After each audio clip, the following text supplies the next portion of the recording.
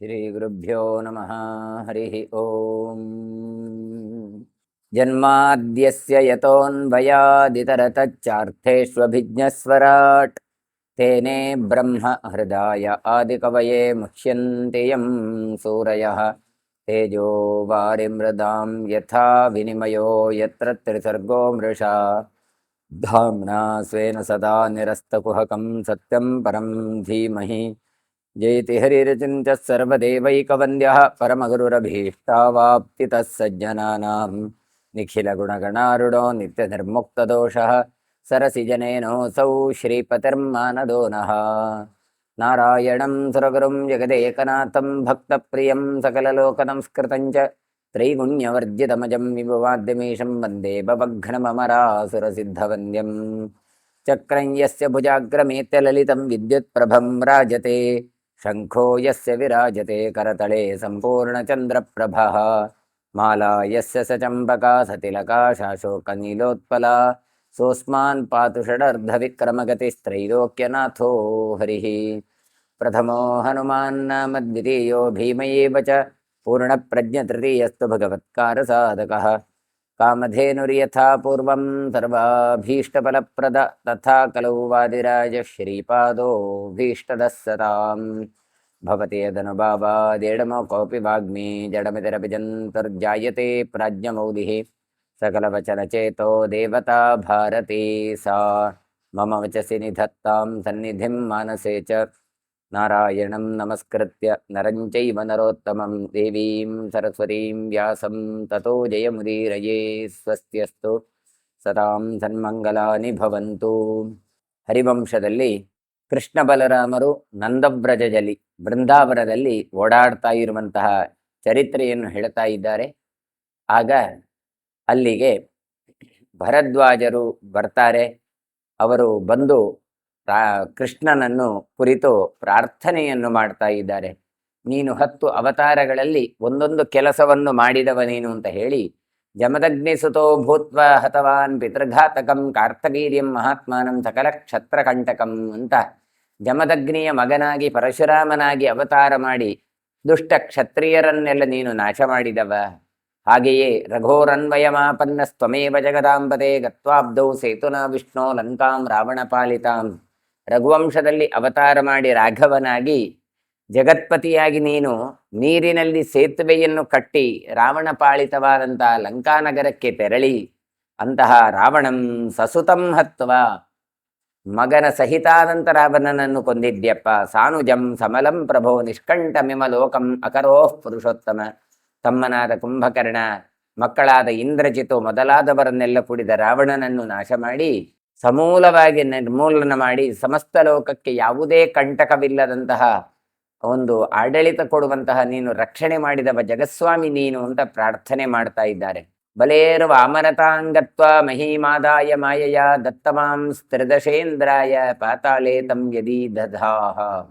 ಮಾಯೆಯಿಂದ ವಾಮನನಾಗಿ ಬಲಿಮೂರ್ತಿಯಾಗಿ ಬಲಿಚಕ್ರವರ್ತಿಯ ಒಂದು ದೆಸೆಯಿಂದ ಈ ಭೂಮಿಯನ್ನು ತಾನು ಕಿತ್ತು ಮತ್ತೆ ಒಡೆಯನಾದ ಇಂದ್ರನಿಗೆ ದಯಪಾಲಿಸಿದವ ನೀನು. ಹಾಗಾಗಿ ನಮಗೆ ಯಾವುದಾದ್ರೂ ವಸ್ತುಗಳು ನಷ್ಟ ಆಯಿತು ಅಂತ ಕೇಳಿದರೆ ಅಂತಹ ವಾಮನ ಚರಿತ್ರೆಯನ್ನು ಚಿಂತನೆ ಮಾಡಬೇಕು ಅಂತ ಹೇಳ್ತಾರೆ. ಹಾಗಾಗಿ ನೀನು ಬಲಿಚಕ್ರವರ್ತಿಯನ್ನಾದರೂ ಕೂಡ ಪಾತಾಳ ಲೋಕಕ್ಕೆ ಕಳಿಸಿದವ, ಸುತಲ ಲೋಕದಲ್ಲಿ ನೀನು ಸ್ಥಾಪನೆ ಮಾಡಿದವ ಅಂತ ತಾವು ಹೇಳ್ತಾ ಇದ್ದಾರೆ. ಪಾತಾಳ ಅಂದರೆ ಭೂಮಿಯ ತಳಭಾಗ ಅಂತ ಅರ್ಥ. ಹಾಗಾಗಿ ಅಂತಹ ಸುತಳದಲ್ಲಿ ಆ ಬಲಿಯನ್ನು ನೀನು ಸ್ಥಾಪನೆ ಮಾಡಿದವ. ತತ್ತದ್ರೂಪಮುಪಾಗಮ್ಯ ಲೋಕಾನ್ ರಕ್ಷಸಿ ಮಾಧವ ಇದಾನೀಮಪಿ ದೇವೇಶ ದೇವದೇವ ಯದೋ ಕುಲೇ. ಮಾಧವನೇ ಅಂತ ಕರೀತಾ ಇದ್ದಾರೆ ಕೃಷ್ಣನಿಗೆ. ಸಮಯಕ್ಕೆ ತಕ್ಕದಾದಂತಹ ರೂಪಗಳನ್ನು ಧಾರಣೆ ಮಾಡುವವ ನೀನು ಅಂತ ಕೃಷ್ಣನಿಗೆ ಹೇಳಿ, ಈಗ ನೀನು ಯದುಕುಲದಲ್ಲಿ ನೀನು ಅವತಾರ ಮಾಡಿದವ. ಅವತೀರ್ಯ ಹರೇ ವಿಷ್ಣು ದೇವಪಕ್ಷ ವಿರೋಧಿನಃ ಗೋಪಾಲ ವೇಷಮಾಸ್ಥಾಯ ಕೃಷ್ಣೋಸಿ ಶುಭದೇಹವಾನ್. ಪ್ರಲಂಬ ಕೇಶಿನಂ ಹತ್ವಾ ಹಂತ ಕಂಸಸ್ಯ ಮಾಧವ. ವಿಷ್ಣುವೇ, ಭಗವಂತ ಹರಿಯೇ ಅಂತ ಅವನನ್ನು ಸಂಬೋಧನೆ ಮಾಡಿ ಅವರು ಹೇಳ್ತಾರೆ, ನೀನು ಅವತಾರ ಮಾಡಿ ಗೋಪವೇಷವನ್ನು ಧಾರಣೆ ಮಾಡಿದವ. ಇಲ್ಲಿ ಕೃಷ್ಣನಾಗಿ ಬಂದು ದೇವಪಕ್ಷ ವಿರೋಧಿಗಳನ್ನು, ಪ್ರಲಂಬಾಸುರನನ್ನು, ಕೇಶಿ ಮೊದಲಾದಂಥ ಅಸುರರನ್ನು ನೀನು ಕೊಂದು ಕಂಸನನ್ನು ಕೊಲ್ಲುವವ ನೀನು, ಶುಭದೇಹಿ ನೀನು ಉದ್ಯುಕ್ತನಾಗಿದ್ದೀಯಪ್ಪ ಅಂತ ಹೇಳ್ತಾನೆ. ವಸ್ತುತಸ್ತು ಇಲ್ಲಿ ಏನು ಹೇಳ್ತಾ ಇದ್ದಾರೆ, ಪ್ರಲಂಬಾಸುರನನ್ನು, ಕೇಶಿಯನ್ನು, ಕಂಸನನ್ನು, 3 ಜನರನ್ನು ಇನ್ನೂ ಕೊಲ್ಲಿಲ್ಲ ಕೃಷ್ಣ. ಕಾಳಿಯ ಮಥನ ಇತ್ಯಾದಿಗಳು ಆಗ್ಲಿಲ್ಲ. ಆದರೆ ಈಗಲೇ ಬಂದವರು ಹೇಳ್ತಾ ಇದ್ದಾರೆ ಹೇಳಿದ್ರೆ ಇನ್ನು ಆದ ಹಾಗೆ ಅಂತ. ನಮ್ಮಲ್ಲಿ ಕೆಲವು ಕಥೆಗಳನ್ನು ಹೇಳಿದ್ರೆ ಏನು ಅವತಾರ ಮಾಡಿಯಾಗಿದೆ, ಇದೇ ಭಾಂಡೀರ ಎನ್ನುವಂಥ ವನಕ್ಕೆ ಬಂದಾಗಿದೆ, ಈ ವನದಲ್ಲಿಯೇ ಇರುವವನು ಆ ಪ್ರಲಂಬಾಸುರ, ಹಾಗಾಗಿ ನೀನು ಮುಂದೆ ಕೊಲ್ತಿ ಎನ್ನುವ ಅರ್ಥದಲ್ಲಿ ಹೇಳ್ತಾ ಇದ್ದಾರೆ.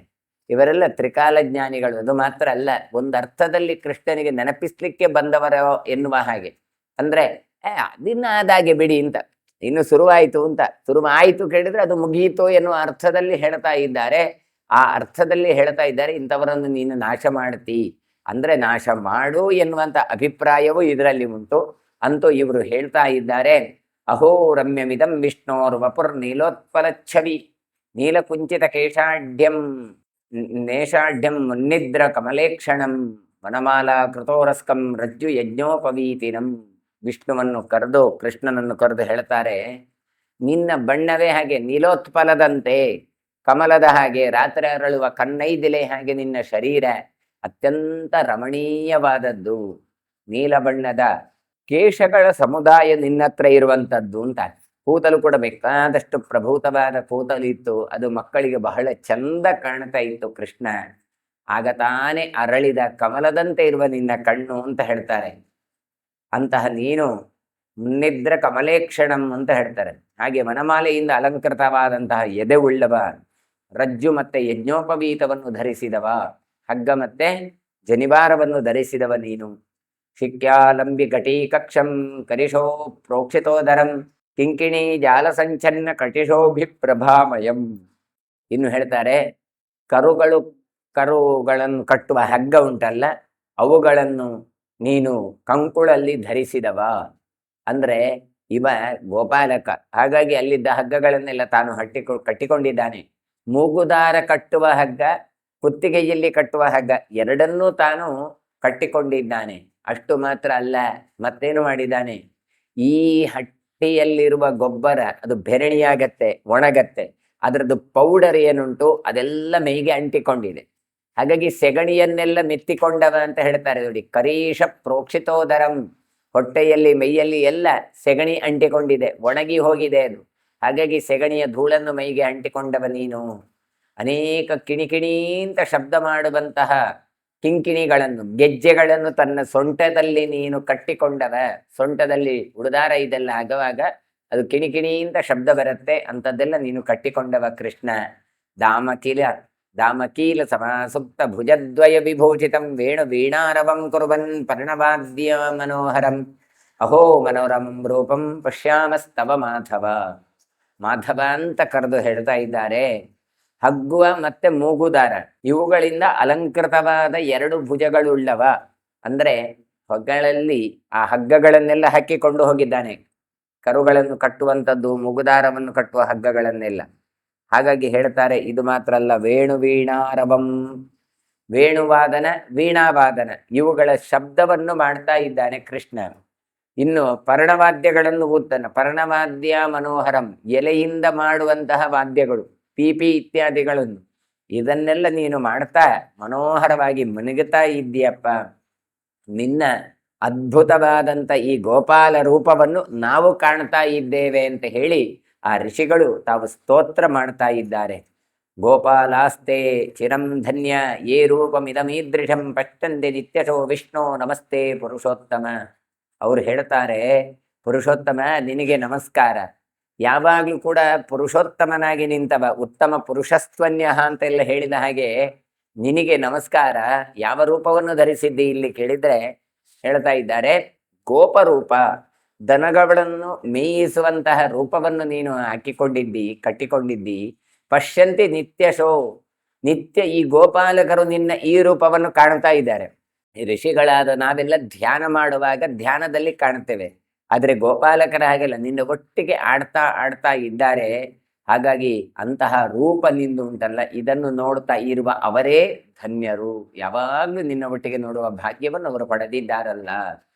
ನಮಃ ಕೃಷ್ಣ ವಪುರ್ಧಾತ್ರೆ ಗೋಪವೇಷ ವಿನಾಶಿನೇ ಅಚಿಂತ್ಯ ವಿಭವೇ ತುಭ್ಯಂ ಸರ್ವೇಶಾಯ ನಮೋ ನಮಃ.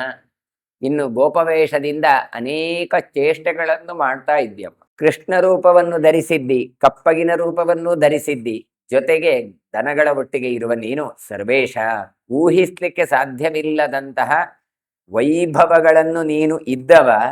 ಹಾಗಾಗಿ ನಿನಗೆ ಮತ್ತೆ ಮತ್ತೆ ನಮಸ್ಕಾರ, ಪುನಃ ಪುನಃ ಸರ್ವೇಶಾಯ ನಮೋ ನಮಃ ಅಂತ ಸ್ತೋತ್ರ ಮಾಡ್ತಾ ಇದ್ದಾರೆ ಭರದ್ವಾಜರು. ಮತ್ತೆ ಈ ನಮಃ ಸಕಲ ಕಲ್ಯಾಣಾಯ ನಮೋ ನಮಃ, ನಮಃ ಪರಮತತ್ವಾಯ ನಮಃ ಪರಮಯೋಗಿನೇ.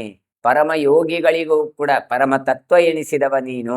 ಹಾಗಾಗಿ ಸಮಸ್ತ ಕಲ್ಯಾಣ ಪ್ರಸಂಗಗಳಿಗೆ ಕಲ್ಯಾಣವನ್ನು ಉಂಟು ಮಾಡುವವ. ಈಗ ಮಂಗಳ ಅಂತ ಇದ್ರೆ ಮಂಗಳಾನಾಂಚ ಮಂಗಲಂ ಅಂತ, ಪವಿತ್ರಕ್ಕೆ ಪವಿತ್ರವನ್ನು ಕೊಟ್ಟವ ಕೃಷ್ಣ. ಹಾಗೆ ಮಂಗಳಕ್ಕೆ ಮಂಗಳವನ್ನು ಕೊಟ್ಟವ ಯಾರು ಕೇಳಿದ್ರೆ ಪರಮತತ್ವನಾದ ನೀನು. ಹಾಗಾಗಿ ಕೃಷ್ಣ ನಿನಗೆ ನಮಸ್ಕಾರ. ದೇವದೇವ ಜಗದ್ವಾಸ ಸರ್ವಕಾರಣ ಕಾರಣ ಭೂಯಃ ಪುನರ್ನಮಸ್ಯಾಮಸ್ತವ ಯೋಗ ಪದಂ ಹರೇ ಸಾಧಯಾವೋ ನಮಸ್ತೇಸ್ತು ತೀರ್ಥಾಯ ಜಗತಾಂಪತೆ.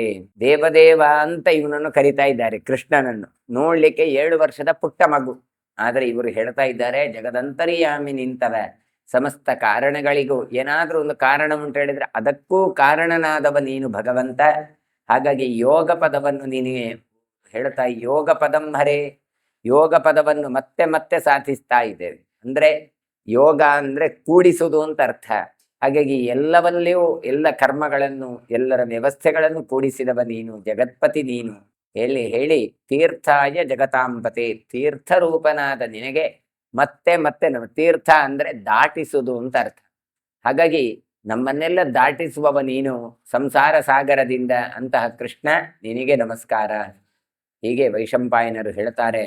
ವಾಮದೇವ ಮತ್ತೆ ಭರದ್ವಾಜರಿಗೆ ನಮಸ್ಕಾರ ಮಾಡಿಕೊಂಡು ಹೇಳ್ತಾರೆ, ಇತ್ಯುಕ್ತ ಹರಿಮೀಶೇಷಂ ತೀರ್ಥಾಯ ಮುನಿಪುಂಗವೌ ಜಗಜ್ಜಗ್ಮತಸ್ತವ ಭಾಂಡೀರೆ ಸ್ಥಿತೌ ತೌ ರಾಮಕೇಶವೌ ಚಿಕ್ರೀಡತುರಿ ಯಥಾಯೋಗಂ ಸುಗೋಪ ರಾಮಕೇಶವೌ.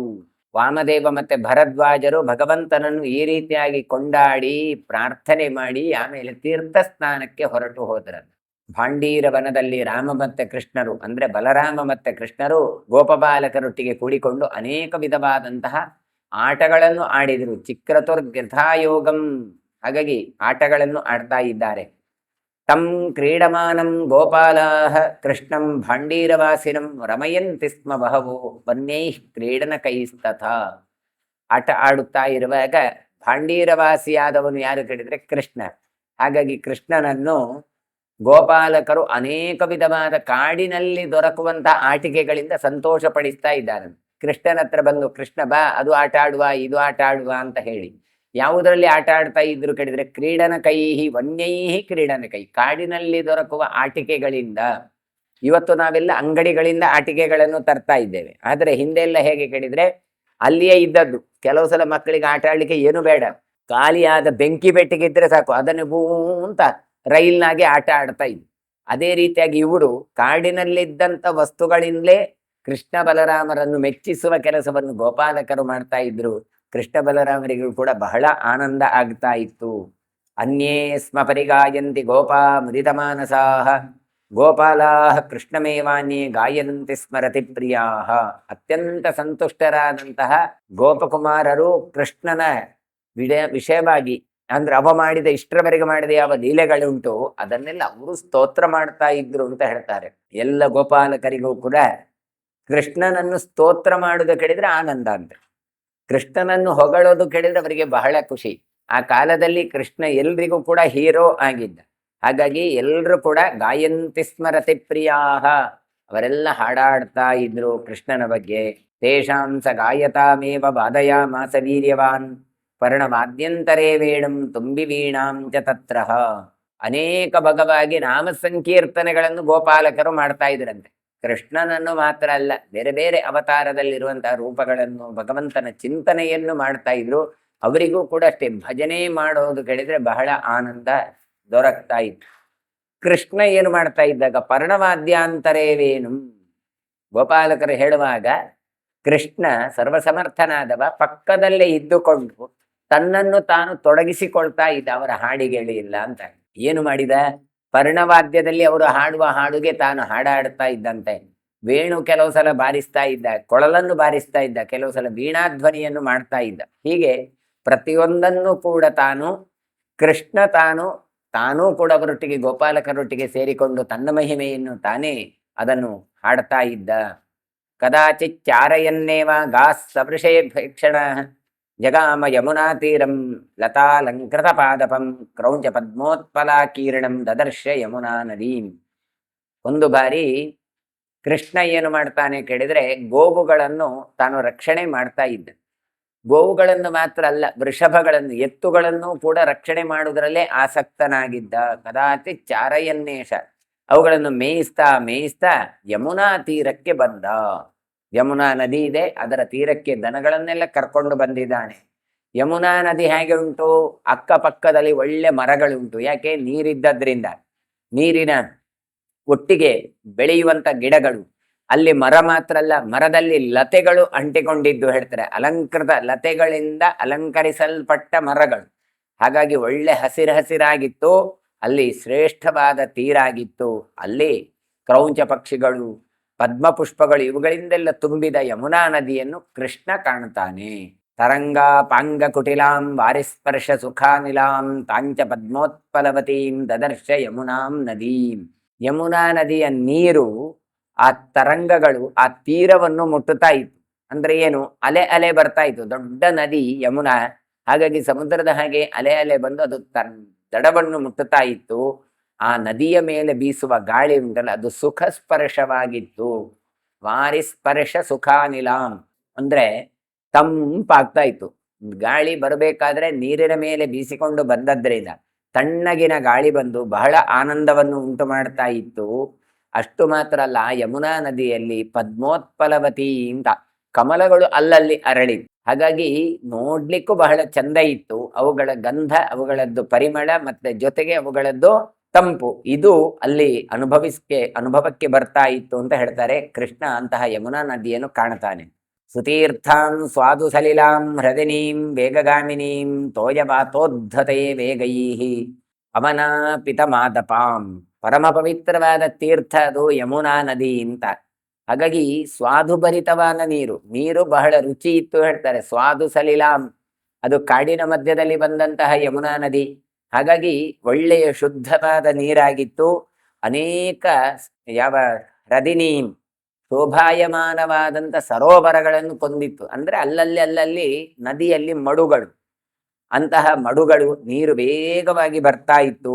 ಅಂತಹ ವೇಗದ ನೀರು ಮತ್ತೆ ಗಾಳಿಯಿಂದ ಎಷ್ಟು ವೇಗ ನೀರಲ್ಲಿ ಇತ್ತು ಅಂತ ಕೇಳಿದ್ರೆ, ಪಕ್ಕದಲ್ಲಿರುವಂತಹ ಮರಗಳನ್ನೇ ಬಗ್ಗಿಸುವ ಸಾಮರ್ಥ್ಯ ಯಮುನಾ ನದಿಗೆ ಇತ್ತು ಅಂತ. ಈ ಹರಿಯುವ ವೇಗದಲ್ಲಿ ಮರಗಳದ್ದು ಗೆಲ್ಲೆಲ್ಲಿ ಆದ್ರೂ ತಾಗಿದೆ, ಅದೆಲ್ಲ ಬಗ್ಗಿ ಬರ್ತಾ ಇತ್ತು. ಅಷ್ಟು ವೇಗವಾಗಿ ಯಮುನೆ ಹರಿತಾ ಇದ್ದು.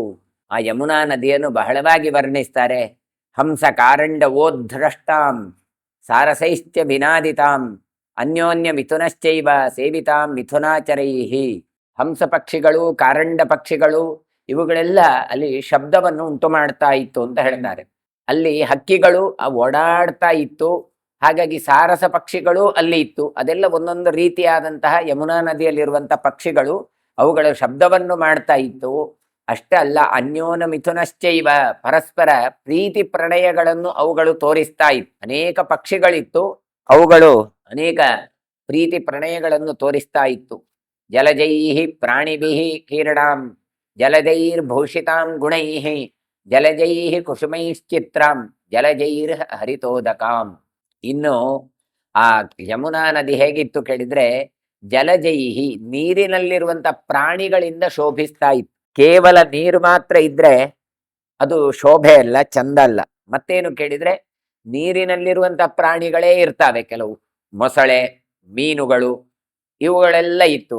ಅದರ ಜೊತೆಗೆ ಪುಷ್ಪಗಳಿಂದ ಭೂಷಿತಲಾಗಿತ್ತು. ನೀರಿನಲ್ಲಿ ಹುಟ್ಟುವಂತ ಹೂಗಳೆಲ್ಲ ಇದೆ, ಕಮಲ ಇತ್ಯಾದಿಗಳು, ಅವುಗಳು ಅಲ್ಲಿ ಯಮುನಾ ನದಿಯ ನೀರಿನಲ್ಲಿ ಇತ್ತು. ಆಮೇಲೆ ನೀರಿನಲ್ಲಿ ಅರಳಿದಂತಹ ಹೂಗಳು ಬೆಳೆಯುವಂಥದ್ದು, ಅವುಗಳು ಮತ್ತೆ ಅರಳಿದವು ಅಂತ ಹೇಳಿದ್ರೆ ಮತ್ತೆ ನೋಡ್ಲಿಕ್ಕೆ ಚಂದ ಆಗಿರುವಂಥದ್ದು. ಇದರ ಜೊತೆಗೆ ಹೇಳ್ತಾರೆ, ಜಲಜೈಹಿ ಹರಿತೋದಕ, ಕಮಲ ಪತ್ರೆಗಳು ಆ ನೀರಿನಲ್ಲಿ ಇತ್ತು. ಹಾಗಾಗಿ ಯಮುನಾ ನದಿಯನ್ನು ನೋಡುವಾಗ ಒಳ್ಳೆಯ ಹಸಿರಾಗಿ ಕಂಗೊಳಿಸ್ತಾ ಇತ್ತು ನದಿ. ಪ್ರಸೃತ ಸ್ತೋತ್ರ ಚರಣಾಂ ಪುಲಿನ ಶ್ರೋಣಿಮಂಡಲಾಂ ಆವರ್ತನಾಭಿಗಂಭೀರಾಂ ಪದ್ಮರೋಮಾನುರಂಜಿತಾಂ. ಪ್ರಸೃತ ಸ್ರೋತ ಚರಣಾಂ, ಈ ನದಿಗಳಲ್ಲಿ ಮಧ್ಯ ಮಧ್ಯದಲ್ಲಿ ಕವಲು ಸಿಗ್ತಾ ಇತ್ತು. ಆಚೆ ಈಚೆ ಎರಡೆರಡು ತೋಡುಗಳ ಹಾಗೆಯೇ ಕವಲು ಹೊಡೆದಾಗ ಅದು ಇವುಗಳದ್ದು ಚರಣ, ಯಮುನೆಯ ಕಾಲುಗಳು ಅಂತ ವರ್ಣನೆ ಮಾಡ್ತಾ ಇದ್ದಾರೆ. ಇನ್ನು ಸ್ವಚ್ಛವಾದಂತಹ ಮರಳಿನ ದಿನ್ನೆಗಳಿಂದ ಅಲಂಕೃತಳಾದವಳು ಯಮುನೆಯನ್ನು ಒಂದು ಸ್ತ್ರೀಗಾಗಿ ಹೋಲಿಸ್ತಾ ಇದ್ದಾರೆ. ಮನುಷ್ಯನಾಗಿರುವ ಹಾಗೆ ಅದನ್ನು ಹೋಲಿಸ್ತಾ ಇದ್ದಾರೆ. ಹಾಗಾಗಿ ಹೇಳ್ತಾರೆ, ಕಾಲು ಯಾವುದು ಕೇಳಿದ್ರೆ ಯಮುನೆಯ ಆಚೀಚೆ ಬರುವಂತಹ ಎರಡು ನೀರುಗಳು, ತೋಡುಗಳ ಹಾಗೆ ಇರುವಂತದ್ದು. ಸ್ವಚ್ಛವಾದ ಅಲ್ಲಲ್ಲಿ ಮಧ್ಯ ಮಧ್ಯದಲ್ಲಿ ಮರಳಿನ ದಿನ್ನೆಗಳು ಕಾಣ್ತಾ ಇತ್ತು. ಹಾಗಾಗಿ ಇದು ಅಲಂಕಾರ ಆಗಿತ್ತು, ಅಲ್ಲಲ್ಲಿ ಅಲ್ಲಲ್ಲಿ ಹಾರ ಹಾಕಿದಾಗೆ. ಇನ್ನು ಸುಳಿಗಳು ಇತ್ತು. ಆವರ್ತನಾಭಿಗಂಭೀರಾಂ, ಯಾವುದಾದ್ರೂ ವಸ್ತು ಹಾಕಿದ್ರೆ ತಿರುಗಿ ತಿರುಗಿ ತಿರುಗಿ ಅಲ್ಲಿಗೆ ಹೋಗಿ ಬೀಳ್ತಾ ಇತ್ತು. ಅದು ಯಾವುದು ಕೇಳಿದ್ರೆ ಯಮುನೆಯ ಅಭಿಪ್ರದೇಶ. ಇನ್ನು ಅಲ್ಲಲ್ಲಿ ಮನುಷ್ಯ ಅಂತ ಆದ ಮೇಲೆ ಅಲ್ಲೆಲ್ಲ ರೋಮಗಳಿರ್ತವೆ. ಹಾಗಾದ್ರೆ ರೋಮಗಳ ಹಾಗೆ ಇರುವಂತದ್ದು ಯಾವುದು ಕೇಳಿದ್ರೆ ಪದ್ಮ ರೋಮಾನುರಂಜಿತಾಂ, ಕಮಲ. ಹಾಗಾದ್ರೆ ಕಮಲ ರೋಮಕ್ಕೆ ಹೇಗೆ ಕೇಳಿದ್ರೆ ಕಮಲದ ಕೇಸರಗಳು ಅವುಗಳು ಮಾತ್ರ ಮೇಲೆ ಬರ್ತಾ ಇತ್ತು. ಹಾಗಾಗಿ ನೋಡಿದ್ರೆ ಅವುಗಳು ರೋಮದ ಹಾಗೆ ಕಾಣ್ತಾ ಉಂಟು ಅಂತ ಹೇಳ್ತಾರೆ. ಹೃದಯ ಸ್ವಚ್ಛೋದಕಾಕ್ರಾಂತಂ ಪಂಕರೋಮಾನುರಂಜಿತಾಂ ಸಠಚ್ಛೇದೋತ್ತರೀಂ ಕ್ರಾಂತಾಂ ತರಂಗ ತ್ರಿವಳೀಧರಾಂ. ಆಮೇಲೆ ಹೇಳ್ತಾ ಇದ್ದಾರೆ, ಮನಸ್ಸಿಗೆ ನೈರ್ಮಲ್ಯ ಉಂಟು ಮಾಡುವಂತಹ ನೀರು ಉಂಟಲ್ಲ, ಅದು ಮನಸ್ಸಿಗೆ ನಮಗೆ ಒಳ್ಳೆಯ ಸಮಾಧಾನವನ್ನು ಕೊಡುವಂತದ್ದಾಗಿತ್ತು ಅಂತ ಹೇಳ್ತಾರೆ. ಅಂದ್ರೆ ನೀರು ಸ್ವಚ್ಛವಾಗಿತ್ತು, ಹೇಗೆ ಮನಸ್ಸು ಸ್ವಚ್ಛವೋ ಯಮುನೆದ್ದು ಹಾಗೆ. ಇನ್ನು ಮತ್ತಲ್ಲಿ ಹೇಳ್ತಾ ಇದ್ದಾರೆ ಪಂಕ ರೋಮಾನುರಂಜಿತಾಂ, ಹಾಗೆ ಅಂತೇಳಿ ಇನ್ನೊಂದಿಷ್ಟು ರೋಮಗಳ ಹಾಗೆ ದೇಹದಲ್ಲಿ ಹಾಗೆ ಕಾಣ್ತಾ ಇದ್ದದ್ದು ಯಾವುದು ಕೇಳಿದ್ರೆ ಕಪ್ಪಾದಂತಹ ಕೆಸರು. ಸಾಮಾನ್ಯವಾಗಿ ಗಂಗೆಯಲ್ಲಿರುವಂತಹ ಕೆಸರು ಬೆಳ್ಳಗಿದ್ರೆ ಯಮುನೆಯಲ್ಲಿರುವ ಕೆಸರು ಯಾವಾಗಲೂ ಕಪ್ಪಾಗಿರ್ತದೆ. ವೈಜ್ಞಾನಿಕವಾಗಿ ಅದರಲ್ಲಿ ಕಬ್ಬಿಣದ ಅಂಶ ಜಾಸ್ತಿ ಇರ್ತದೆ ಅಂತ ಹೇಳ್ತೇವೆ. ಹಾಗಾಗಿ ಸಾಮಾನ್ಯವಾಗಿ ಸಿತಾ ಸಿತೆ ಸರಿತೆ ಎನ್ನುವಲ್ಲಿ ಎಲ್ಲ ಒಂದು ಬೆಳ್ಳಗಿರುವವಳು ಗಂಗೆ, ಯಮುನೆ ಕಪ್ಪಗಾಗಿರ್ತಾಳೆ. ಯಾಕೆ? ಕಬ್ಬಿಣದ ಅಂಶ ಜಾಸ್ತಿ ಇರ್ತದೆ ಅದರಲ್ಲಿ. ಹಾಗೆ ಇಲ್ಲಿ ಅಂತಹ ಕಪ್ಪಾದ ರೋಮಗಳಿಂದ ಕೂಡಿದವಳು ಯಮುನೆ. ತೀರೆಗಳಲ್ಲಿ ಹೇಗೆ ಉಂಟು ಕೇಳಿದ್ರೆ ಉತ್ತರೀಯ, ನಾವು ಉಡುವಂತಹ ಬಟ್ಟೆಗಳು ಅವುಗಳಿಗೆ ಉತ್ತರೀಯಗಳು ಹಾಕುವಾಗ ನಾವು ಸಾಮಾನ್ಯವಾಗಿ ಪಟ್ಟಿ ಪಟ್ಟಿ ಪಟ್ಟಿ ಮಾಡ್ತೇವೆ. ಆ ರೀತಿಯಾಗಿದ್ದರೆ ತರಂಗ ತ್ರಿವಳೀಧರಾಂ, ತರಂಗಗಳು ಅಂದ್ರೆ ಅಲೆಗಳು. ಒಂದು ನದಿಯಲ್ಲಿ ಅಲೆಗಳು ಬರುವುದು ಕೇಳಿದ್ರೆ ಅದು ಅಗಾಲವಾಗಿದ್ದಾಗ ಅಲೆ ಬರ್ತದೆ, ಇಲ್ಲದಿದ್ರೆ ವೇಗವಾಗಿ ಹರಿಯುವಂಥದ್ದು ಮಾತ್ರ. ಯಮುನೆ ಹಾಗಲ್ಲ, ಆಕೆ ಅಗಾಲವಾಗಿ ಹರಿಯುವವಳು. ಹಾಗಾಗಿ ಅಂತಹ ವಿಸ್ತಾರವಾದಂತಹ ತರಂಗಗಳು ಇತ್ತು. ಅವುಗಳು ತ್ರಿಬಳಿಯ ಹಾಗೆ, ಅಂದ್ರೆ ಹೊಟ್ಟೆಯಲ್ಲಿ, ಆ ಕುತ್ತಿಗೆಯಲ್ಲಿ, ಹಣೆಯಲ್ಲಿ ಮೂರು ಮೂರು ರೇಖೆಗಳು ಬರ್ತಾವಲ್ಲ, ಅದು ಯಾವುದು ಕೇಳಿದ್ರೆ ಈ ಯಮುನೆಯ ಅಲೆಗಳು ಅಂತ ಕೊಡ್ತಾ ಇದ್ದಾರೆ. ಚಕ್ರವಾಕಸ್ತನ ತಟಾಂ ತೀರ ಪಾರ್ಶ್ವಾಯತಾನನಾಂ. ಆಮೇಲೆ ಚಕ್ರವಾಕ ಪಕ್ಷಿಗಳು, ಅದು ಗಂಡು ಹೆಣ್ಣು ಎರಡು ಪಕ್ಷಿಗಳು ಕೂಡ ಒಟ್ಟೊಟ್ಟಿಗೆ ಇರುವಂತದ್ದು ಅಂತ. ಹಾಗಾಗಿ ಅಂತಹ ಚಕ್ರವಾಕ ಪಕ್ಷಿಗಳು ಎನ್ನುವಂಥದ್ದು ಇವಳ ಸ್ತನಭಾಗದ ಹಾಗೆ ಇರುವಂತದ್ದು ಅಂತ ಕೊಡ್ತಾ ಇದ್ದಾರೆ. ಇನ್ನು ತೀರ ಪಾರ್ಶ್ವಾಯತಾನನಾಂ, ಆಚೆ ಈಚೆದ ದಡ ಉಂಟಲ್ಲ, ಅದು ಇವಳ ಮುಖ, ಅಂದ್ರೆ ಅದರ ಒಳಗೆ ಇರುವಂಥದ್ದು ಇವಳ ಮುಖ ಹೀಗೆ ಶೋಭಿಸ್ತಾ ಉಂಟು. ಫೇನ ಪ್ರಹೃಷ್ಟವದನಾಂ ಪ್ರಸನ್ನಾಂ ಹಂಸವಾಸಿನೀಂ ರುಚಿರೋತ್ಪಲ್ಲ ಪತ್ರಾಕ್ಷೀಂ ನತಭ್ರೂಂ ಜಲಜೇಕ್ಷಣಾಂ. ಇನ್ನು ನೊರೆಗಳು ನೀರಿನಲ್ಲಿ ಬರ್ತಾ ಇತ್ತು. ಯಾಕೆ? ಅಲೆಗಳು ಬರ್ತಾ ಇತ್ತು, ಹಾಗಾಗಿ ನೊರೆಗಳು ಅಲ್ಲಲ್ಲಿ ಬರ್ತಾ ಇತ್ತು. ನೊರೆಗಳು ಅಂದ್ರೆ ಹೇಗೆ ಕೇಳಿದ್ರೆ ಅದು ಈ ಯಮುನೆಯ ಮುಖದ ಕಾಂತಿಯನ್ನು ತೋರಿಸುವುದು, ಬೆಳ್ಳಗೆ ಇತ್ತು. ಹಾಗಾಗಿ ಮುಖದ ಕಾಂತಿ ಹಾಗೆ ತೋರಿಸ್ತಾ ಇತ್ತು. ಅದರಲ್ಲಿ ಹಂಸ ಪಕ್ಷಿಗಳು ಎಲ್ಲ ಆಚೆ ಈಚೆ ಓಡಾಡ್ತಾ ಇತ್ತು. ಅದು ಮಂದಸ್ಮಿತ, ಬೆಳ್ಳಗೆ ಇರ್ತದೆ ಹಂಸ ಪಕ್ಷಿಗಳು. ಹಾಗಾಗಿ ಒಳ್ಳೆಯ ನಗುವಿನ ಹಾಗೆ ಕಾಣ್ತಾ ಇತ್ತು. ಅತ್ಯಂತ ರಮಣೀಯವಾದ ಪತ್ರಗಳೆಂಬ ಕಣ್ಣುಗಳು, ಇನ್ನು ಅದರಲ್ಲಿ ಕಮಲದ ಪತ್ರಗಳೆಲ್ಲ ಇತ್ತು, ಅವುಗಳೆಲ್ಲ ಇವಳ ಕಣ್ಣಿನ ಹಾಗೆ ಕಾಣ್ತಾ ಇತ್ತು. ಇನ್ನು ಕಮಲದ ಕಣ್ಣಿನಂತೆ ಶೋಭಾಯಮಾನಲಾಗಿ ಕಾಣ್ತಾ ಇದ್ಲು ಬಗ್ಗಿದಂತಹ ಹುಬ್ಬುಗಳಿಂದ. ಅಂದರೆ ಕಮಲದ ಹೂವು, ಕಮಲದ ದಳ ಇದೆಲ್ಲವೂ ಕೂಡ ಯಮುನಾ ನದಿಯಲ್ಲಿ ಇದ್ದದ್ರಿಂದ ಆ ರೀತಿಯಾಗಿ ಕಾಣ್ತಾ ಇದೆ ಅಂತ ಹೇಳ್ತಾ ಇದ್ದಾರೆ. ಹೃದ ದೀರ್ಘ ಲಲಾಟಾಂತಾಂ ಕಾಂತಾಂ ಶೈವಲ ಮೂರ್ಧಜಾಂ ಕಾಶಪುಷ್ಪಮಯಂ ವಾಸೋ ವಸಾನಾಂ ಹಂಸಲಕ್ಷಣಾಂ ದೀರ್ಘಸ್ರೋತಾಯತ ಭುಜಾಂ ಆಭೋಗ ಶ್ರವಣಾಯುತಾಂ. ಇನ್ನು ಕಮಲದಲ್ಲಿ ಏನು ಅರಳಿದ ನೋಟವುಳ್ಳವಳು ಯಾರು? ಯಮುನೆ. ಅಂದರೆ ಯಮುನೆಯಲ್ಲಿ ಅರಳಿದಂಥ ಕಮಲ ಇದೆ. ಆಚೆ ಈಚೆ ಎರಡು ಸರೋವರಗಳ ಹಾಗೆ ದೀರ್ಘವಾಗಿರುವಂಥದ್ದು ಅದು ಹಣೆ ಯಮುನೆದ್ದು ಅಂತ ಹೇಳಿ, ಇನ್ನು ಆಚೆ ಈಚೆ ಬೆಳೆಯುವಂಥ ತಟದಲ್ಲಿ ಬೆಳೆಯುವಂತಹ ಗರಿಕೆ ಹುಲ್ಲುಗಳಿದ್ದಾವೆ. ಶೈಮಲ ಮೂರ್ಧ ಕಾಶ ಪುಷ್ಪಮಯಂ ಅಂತ. ಅಂದರೆ ಸಾಮಾನ್ಯವಾಗಿ ಈ ಹೊಳೆಯ ಬದಿಯಲ್ಲಿ ಹುಲ್ಲುಗಳು ಬೆಳಿತಾವೆ, ಅವುಗಳು ದರ್ಭೆಗಳು ಇರ್ತವೆ, ಗರಿಕೆ ಹುಲ್ಲುಗಳೇ ಇರ್ತವೆ. ಅದೆಲ್ಲ ಏನು ಕೇಳಿದ್ರೆ ಜಡೆ ಅಂತ ಹೇಳ್ತಾ ಇದ್ದಾರೆ. ಜಡೆಯ ಹಾಗೆ ಯಮುನೆದ್ದು ಕಾಣ್ತಾ ಉಂಟು ಅಂತ ಹೇಳಿ, ದೀರ್ಘವಾದಂತಹ ದಾರೆ ಅಂದ್ರೆ ಮಧ್ಯದಲ್ಲಿ ಸಣ್ಣ ಸಣ್ಣ ತೊರೆಗಳು ಬರ್ತವೆ, ಅದು ಇವುದು ದೀರ್ಘವಾದಂತಹ ಭುಜಗಳು ಅಂತ ಹೇಳಿ ಹಿಂದೆ ಹೇಳಿದಾಗೆ ವರ್ಣನೆ ಮಾಡಿ, ಸರ್ಪಗಳೇ ಇವಳದ್ದು ಶ್ರವಣೇಂದ್ರಿಯ. ಆ ಇದರಲ್ಲಿ ಹಾವುಗಳು ಬೇಕಾದಷ್ಟು ಇತ್ತು ಯಮುನೆಯ ಆ ಮಡುವಿನಲ್ಲಿ. ಹಾಗಾಗಿ ಅದು ಹೇಗೆ ಕೇಳಿದ್ರೆ ಕಿವಿಯ ಹಾಗೆ ಆ ಹಾವುಗಳು ಹೇಗೆ ಮಾಡ್ತವೆ, ತಾವು ಸುತ್ತುತ್ತಾ ಇರ್ತವೆ. ಅದನ್ನು ನೋಡಿದಾಗ ಕಿವಿಯನ್ನು ಕಂಡಾಗೆ ಆಗಿದೆ. ಕಾರಂಡವ ಕುಂಡಲಿನೀಂ ಶ್ರೀಮತ್ ಪಂಕಜಲೋಚನಾಂ ಕಾಶಚಾಮೀಕರಂ ವಾಸೋ ವಸನಾಂ ಹಂಸಲಕ್ಷಣಾಂ. ಇನ್ನು ಕಾರಂಡವ ಹಕ್ಷಿಗಳು ಅವುಗಳು ಆ ಮಡುವಿನಲ್ಲಿ ಇತ್ತು. ಯಾವ ಕಾಳಿಂದಿ ಅಥವಾ ನಾವು ಯಮುನಾ ಅಂತ ಹೇಳ್ತೇವೆ ಅದರ ಮಡುವಿನಲ್ಲಿತ್ತು. ಅದು ಕಿವಿಯಲ್ಲಿ ಹಾಕುವ ಕರ್ಣಕುಂಡಲದ ಹಾಗೆ ಕಾಣ್ತಾ ಇತ್ತು ಅಂತ ಹೇಳ್ತಾರೆ. ಇನ್ನು ಕಮಲಗಳಿಂದ ಅಲಂಕೃತವಾದಂಥ ಕಣ್ಣು, ಸೂರ್ಯಪ್ರಕಾಶದಂತೆ. ಇನ್ನು ಸೂರ್ಯನ ಪ್ರಕಾಶ ಯಮುನೆಯ ನೀರಿಗೆ ಬೀಳ್ತಾ ಇತ್ತು. ನೀರಿಗೆ ಬಿದ್ದಾಗ ಆ ನೀರು ಹೇಗೆ ಕಾಣ್ತಾ ಇತ್ತು ಕೇಳಿದ್ರೆ ಬಂಗಾರದ ಬಣ್ಣವನ್ನು ಹೊಳಿತಾ ಇತ್ತು. ಸೂರ್ಯನ ಬೆಳಕು ಅದರದ್ದು ಹಳದಿ ಬಣ್ಣಾಗಿ, ನೋಡಿದ್ರೆ ಪೀತಾಂಬರವನ್ನು ಉಟ್ಟಂತಹ ಹಂಸದ ಹಾಗೆ ಇವಳು ಕಾಣ್ತಾ ಇದ್ಲು ಯಮುನೆ ಅಂತ ಹೇಳ್ತಾರೆ. ಕಾಶಚಾಮೀಕರಂ ವಾಸಃ ವಸನಾಂ ಹಂಸ ಲಕ್ಷಣ. ಹಾಗಾದ್ರೆ ಆ ಬಣ್ಣ ಎಲ್ಲಿಂದ ಬಂದದ್ದು ಕೇಳಿದ್ರೆ ಸೂರ್ಯನ ಕಿರಣದಿಂದಾಗಿ ಬಂದ ಬಣ್ಣ ಅಂತ ಹೇಳ್ತಾ ಇದ್ದಾರೆ. ತಟಕಾಭರಣೋಪೇತಾಂ ಮೀನ ನಿರ್ಮಲ ಮೇಖಲಾಂ ಪಾರಿಪ್ಲವ ಪ್ಲವಕ್ಷೌಮಾಂ ಸಾರಸಾರು ಸಾರವನೂಪುರಾಂ. ಇನ್ನು ದಡಗಳೇ ಇವುಗಳಿಗೆ ಆಭರಣ. ಯಾರಿಗೆ? ಯಮುನೆಗೆ. ಮೀನುಗಳೇ ನಿರ್ಮಲವಾದಂಥ ಮೇಖಲೆ. ಮೇಖಲೆ ಅಂದರೆ ಸಾಮಾನ್ಯವಾಗಿ ಸೊಂಟಪಟ್ಟಿ ಅಂತ ಹೇಳ್ತೇವೆ. ಆ ಮೀನುಗಳು ಓಡಾಡ್ತಾ ಇದ್ದಾವೆ ಪೂರ್ತಿ ಯಮುನಾ ನದಿ ಮಧ್ಯದಲ್ಲಿ. ಮೀನುಗಳು ಆಚೆ ಈಚೆ ಓಡಾಡ್ತಾ ಇದ್ರೆ ಸೊಂಟಪಟ್ಟೆ ಹಾಗೆ ಕಾಣ್ತಾ ಉಂಟು. ಇನ್ನು ದೋಣಿಗಳು ಹೋಗ್ತಾ ಉಂಟು ಮಧ್ಯದಲ್ಲಿ ಎಲ್ಲ. ಪಾರಿಪ್ಲವ ಪ್ಲವಕ್ಷೌಮಾಂ. ಆ ದೋಣಿಗಳೇನು ಕೇಳಿದ್ರೆ ಅದು ವಸ್ತ್ರ ಹಾಕಿಕೊಂಡ ಹಾಗೆ ಕಾಣ್ತಾ ಉಂಟು ಇವಳ ಯಮುನೆಯಲ್ಲಿ ಅಂತ ಹೇಳ್ತಾರೆ. ಸಾರಸ ಪಕ್ಷಿಗಳ ಕಲರವ ಅದು ಉಲಿಡ್ತಾ ಇದೆ, ಶಬ್ದ ಮಾಡ್ತಾ ಇದ್ದೇವೆ. ಅದು ನೂಪುರದ ಧ್ವನಿ. ಅಂದ್ರೆ ಸಾಮಾನ್ಯವಾಗಿ ಗೆಜ್ಜೆ ಕಟ್ಟಿದ್ರೆ ಅವುಗಳು ಕಿಣಿಕಿಣಿಯಿಂದ ಶಬ್ದ ಬರುತ್ತೆ, ಹಾಗೆ ಈ ಹಕ್ಕಿಗಳು ಉಲಿಡ್ತಾ ಇದೆ.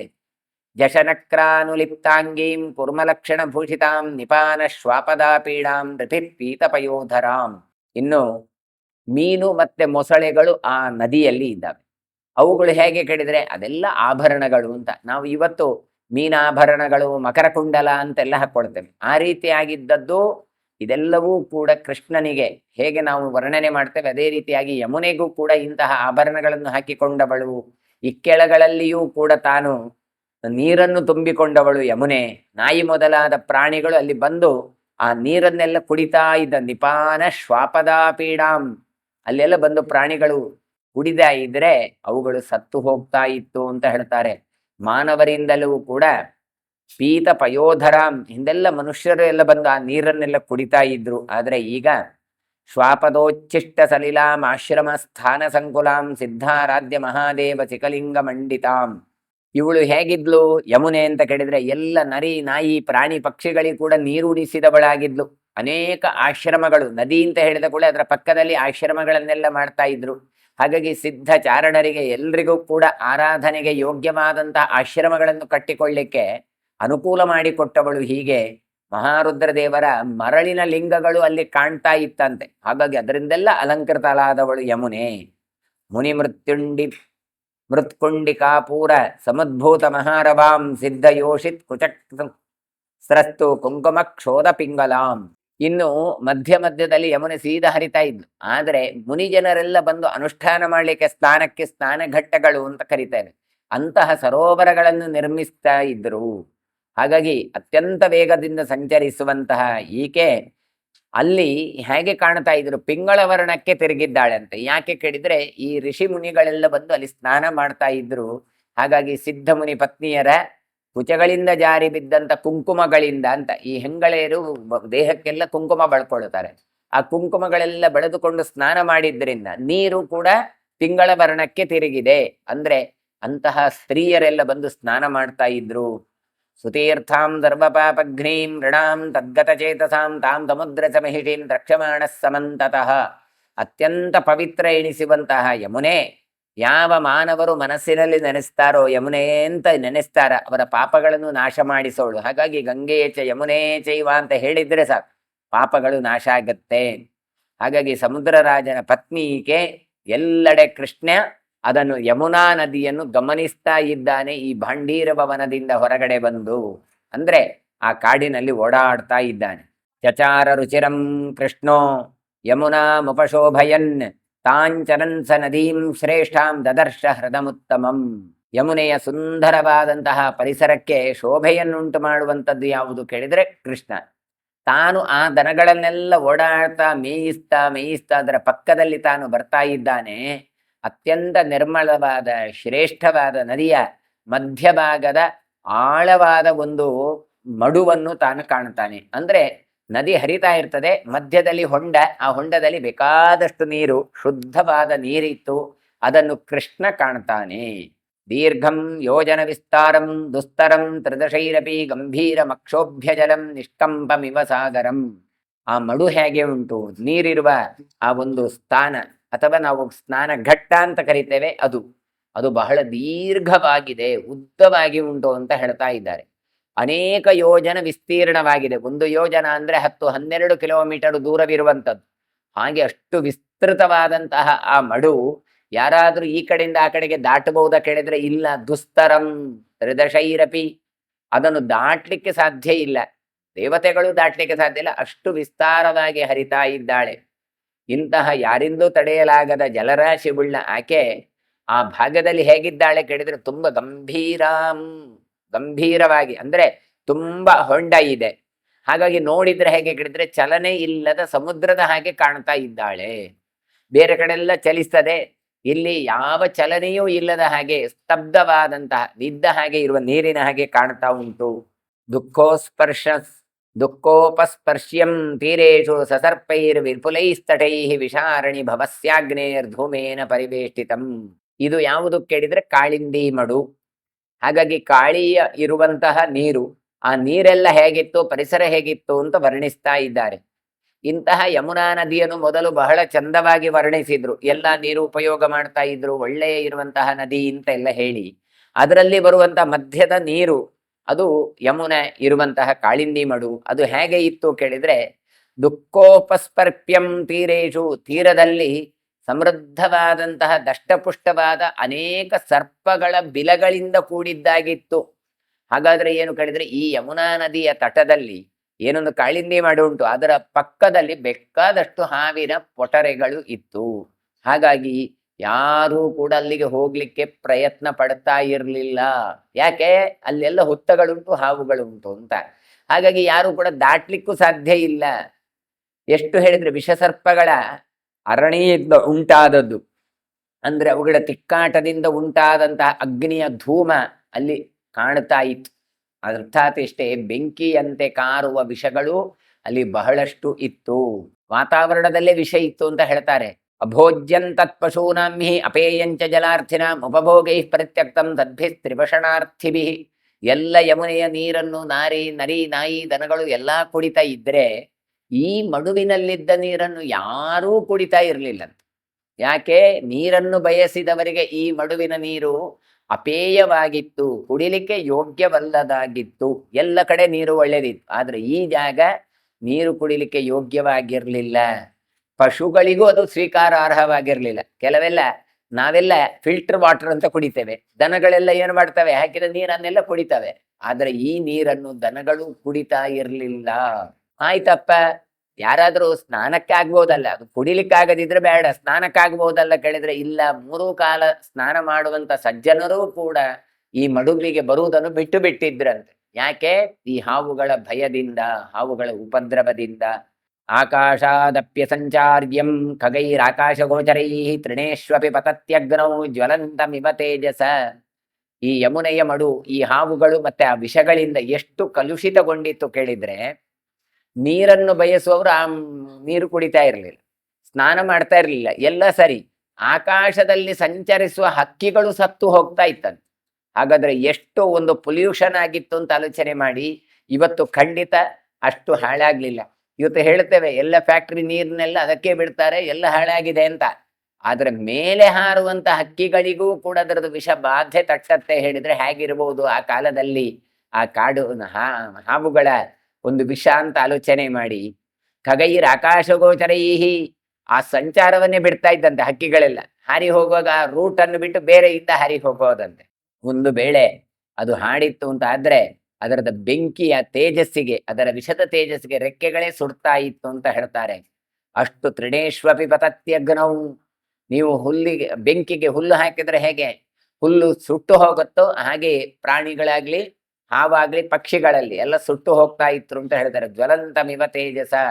ಹಾಗಾಗಿ ವಿಷಾಗ್ನಿಯಿಂದಾಗಿ ಆ ನೀರಿನಲ್ಲಿ ಬ್ಯಾರೇ ಬರ್ಲಿ ಅವರೆಲ್ಲ ಸುಟ್ಟು ಹೋಗ್ತಾ ಇದ್ರು.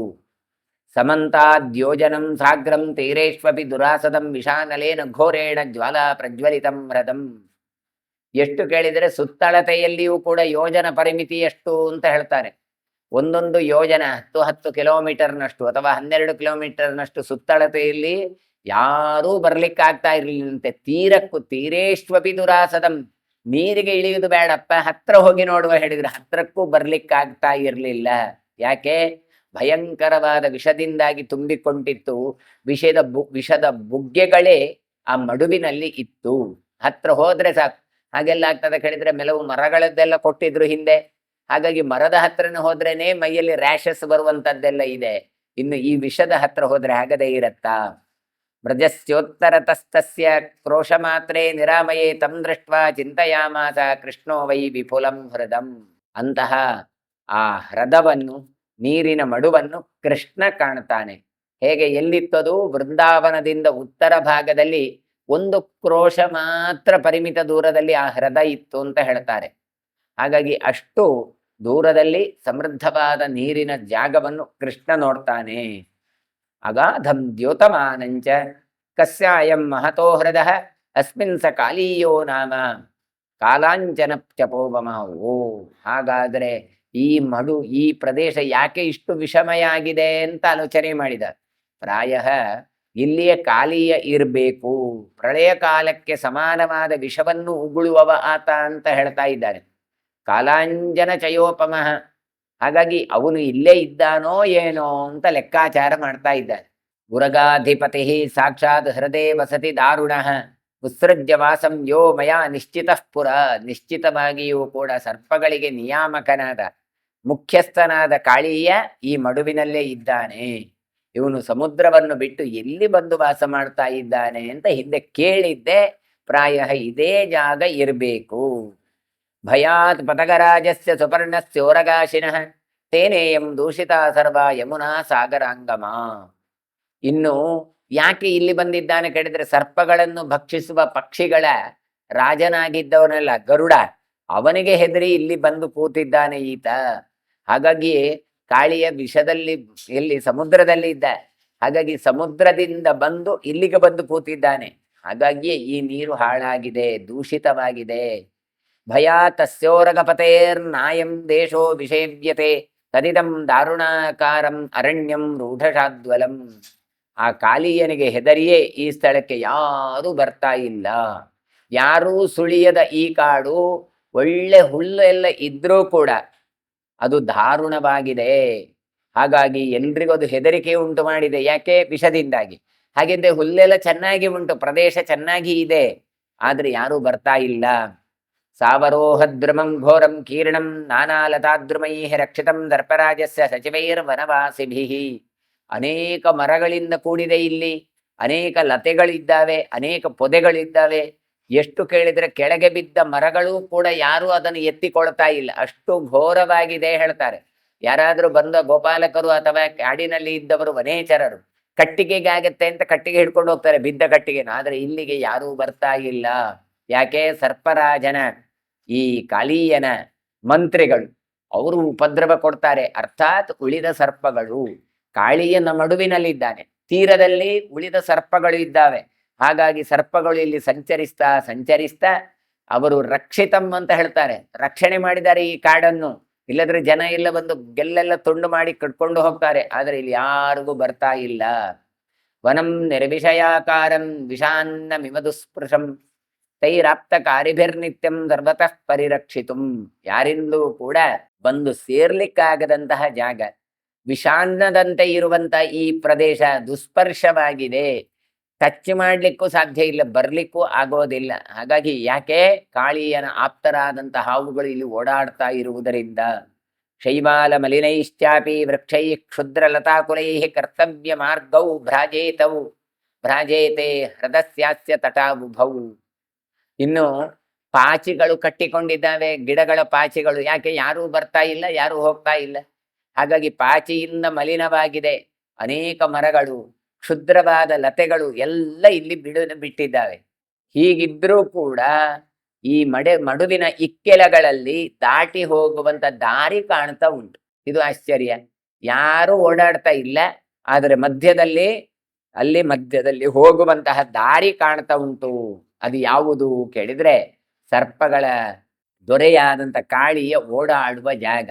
ಅವ ಓಡಾಡಿದ ಜಾಗ ಅದಷ್ಟು ಕ್ಲಿಯರ್ ಆಗಿ ಉಂಟು. ಮತ್ತೆಲ್ಲ ಕೂಡ ಹಾವಸೆಗಳಿಂದೆಲ್ಲ ಅಂಟಿಕೊಂಡುಂಟು. ಹಾಗಾಗಿ ಈ ಸರ್ಪಗಳ ದೊರೆಯಾದ ಕಾಳಿಯನನ್ನು ನಿಗ್ರಹಿಸಿ ಮಡುವಿನ ವಿಷಬಾಧೆಯನ್ನು ನಾನು ಪರಿಹರಿಸಬೇಕು ಅಂತ ಕೃಷ್ಣ ನಿಶ್ಚಯ ಮಾಡ್ತಾ ಇದ್ದಾನೆ.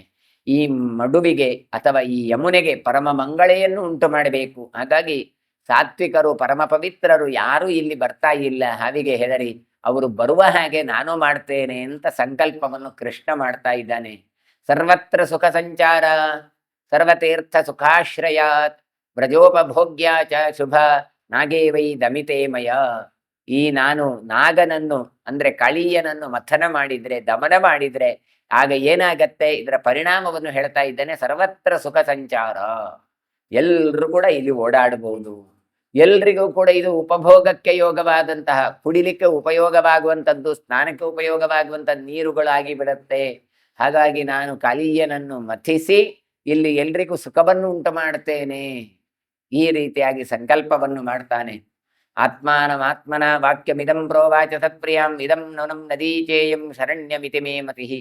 ಹೀಗೆ ಮನಸ್ಸಿನಲ್ಲಿ ವಿಚಾರ ಮಾಡ್ತಾ ಮಾಡ್ತಾ ಪ್ರೋವಾಚ ಅಂತ ಹೇಳಿದ್ರೆ ಗಟ್ಟಿಯೇ ಹೇಳ್ತಾ ಇದ್ದಾನೆ. ಓಹೋ ಸರಿ ಸರಿ ಇಂತ ಯಾರು ಇರೋದಿಲ್ಲ. ಆದ್ರೂ ಕೂಡ ನಾವು ಒಬ್ಬರೇ ಮಾತಾಡ್ತೇವೆ ಇಲ್ವಾ? ಕೆಲವು ಸಲ ಬಾಯಿ ಬಿಟ್ಟು ಹೇಳ್ತೇವೆ. ಹಾಗೆಯೇ ಕೃಷ್ಣ ತನಗೆ ತಾನು ಹೀಗೆಲ್ಲ ಆಲೋಚನೆ ಮಾಡಿ ಬಾಯಿ ಬಿಟ್ಟು ಹೇಳ್ತಾ ಇದ್ದಾನಂತೆ. ಏನು? ಇದಂ ವನಂ ನದೀಚೇಯಂ ಶರಣ್ಯಮಿತಿ ಮೇ ಮತಿಹಿ ಅಂತ. ಈ ನದಿಯನ್ನು ನಾನು ರಕ್ಷಿಸಬೇಕು, ರಕ್ಷಿಸ್ತೇನೆ. ವನದ ಪರಿಸರ, ನದಿ, ನೀರು ಎಲ್ಲವನ್ನು ನಾನು ರಕ್ಷಣೆ ಮಾಡ್ತೇನೆ ಅಂತ ತಾನು ಹೇಳ್ತಾ ಇದ್ದಾನೆ. ಏತದರ್ಥಂಚ ವಾಸೋಯಂ ವ್ರಜೇಸ್ಮಿನ್ ಗೋಪಜನ್ಮ ಚ ಆಮೀಷಮುತ್ಪಾಥ ಸ್ಥಾನಂ ನಿಗ್ರಹಾರ್ಥಂ ದುರಾತ್ಮನ. ಇಂತಹ ವ್ಯಕ್ತಿಗಳನ್ನು ದಮನ ಮಾಡಬೇಕು ಅಂತಲೇ ನಾನು ಇಲ್ಲಿಗೆ ಬಂದದ್ದು ಅಂತ ಹೇಳ್ತಾ ಇದ್ದಾನೆ. ವೃಂದಾವನ ಪರಿಸರದಲ್ಲಿ ಈಗ ಗೋಪಮ ವೇಷವನ್ನು ಧಾರಣೆ ಮಾಡಿಕೊಂಡು ಅವತಾರವನ್ನು ಮಾಡಿದ್ದು ಯಾಕೆ ಕೇಳಿದ್ರೆ, ಮತ್ಯಾಕೂ ಅಲ್ಲ, ಇಂತಹ ದುಷ್ಟರನ್ನೆಲ್ಲ ನಾಶನ ಮಾಡಬೇಕು ನಾನು. ಹಾಗಾಗಿ ಉನ್ಮತ್ತರಾಗಿ ನರೆಸುವಂತಹ ಚಲಿಸುವಂತಹ ಯಾವ ಈ ದುರಾತ್ಮರಿದ್ದಾರೆ ಅವರ ನಿಗ್ರಹವನ್ನೇ ನಾನು ಮಾಡಬೇಕು, ಅದಕ್ಕೋಸ್ಕರ ಅವತಾರ ಮಾಡಿದ್ದು ಅಂತ ಕೃಷ್ಣ ಹೇಳಿಕೊಳ್ತಾ ಇದ್ದಾನೆ. ಏನಂ ಕದಂಬ ಮಾರುಕ್ಯ ತದಹಂ ಶಿಶುಲೀಲಯ ನಿಪತ್ಯ ಹೃದಯ ಘೋರೆ ದಮಯಿಷ್ಯಾಮಿ ಕಾಲೀಯಂ. ಹಾಗಾಗಿ ಏನು ಮಾಡ್ತಾನೆ, ಇಲ್ಲೇ ಪಕ್ಕದಲ್ಲಿರುವ ಒಂದು ಮರ, ಅದನ್ನು ಕದಂಬ ವೃಕ್ಷ ಅಂತ ಕರೀತಾರೆ. ಅಂತಹ ಕದಂಬ ವೃಕ್ಷವನ್ನು ಏರಿ ನಾನು ಬಾಲಲೀಲೆಯಿಂದಲೇ ಈ ಮಡುವಿಗೆ ಹಾರಿ ಕಾಳಿಯನನ್ನು ಮರ್ದಿಸ್ತೇನೆ. ಇದು ಹೀಗೆ ಹೇಳಿದ್ರೆ ಅಲ್ಲಿ ಏನು ಹೇಳ್ತಾರೆ ಕೇಳಿದ್ರೆ, ಇದರ ಪಕ್ಕದಲ್ಲಿ ವಿಷಕ್ಕೋಸ್ಕರ ಭಾಗವತ ಹೇಳ್ತದೆ ಯಾವ ಗಿಡಗಳು ಬದುಕುತ್ತಾ ಇರಲಿಲ್ಲ. ಬದುಕುತ್ತಾ ಇದ್ದದ್ದು ಯಾವುದು ಕೇಳಿದ್ರೆ ಕದಂಬ ವೃಕ್ಷ ಒಂದು ಇತ್ತು, ಆ ಒಂದು ಮರ ಇತ್ತು. ಯಾಕೆ ಕೇಳಿದ್ರೆ ಗರುಡ ತಾನು ಅಮೃತವನ್ನು ಹಿಡ್ಕೊಂಡು ಹೋಗುವಾಗ ಕ್ಷಣ ಮಾತ್ರದಲ್ಲಿ ಅಲ್ಲಿ ವಿಶ್ರಾಂತಿಯನ್ನು ಪಡೆದಿದ್ದನು. ಹಾಗಾಗಿ ಅಮೃತ ಪಾತ್ರೆಯ ಸ್ಪರ್ಶ ಅದಾದದ್ರಿಂದ ಆ ಒಂದು ಗಿಡ ಇತ್ತು, ಬೇರೆಲ್ಲ ಸುಟ್ಟು ಹೋಗಿತ್ತು ಹೇಳ್ತಾರೆ. ಹಾಗಾದ್ರೆ ಆಗ ಯಮುನೆಯನ್ನು ವರ್ಣಿಸ್ತಿರು ಒಂದಿಷ್ಟು ಕೂಡ ಅದು ಬೇರೆ ಕಡೆ ಇರುವಂತಹ ಯಮುನೆ, ಕಾಳಿಯ ಮಡುವಿನದ್ದು ಅಲ್ಲ.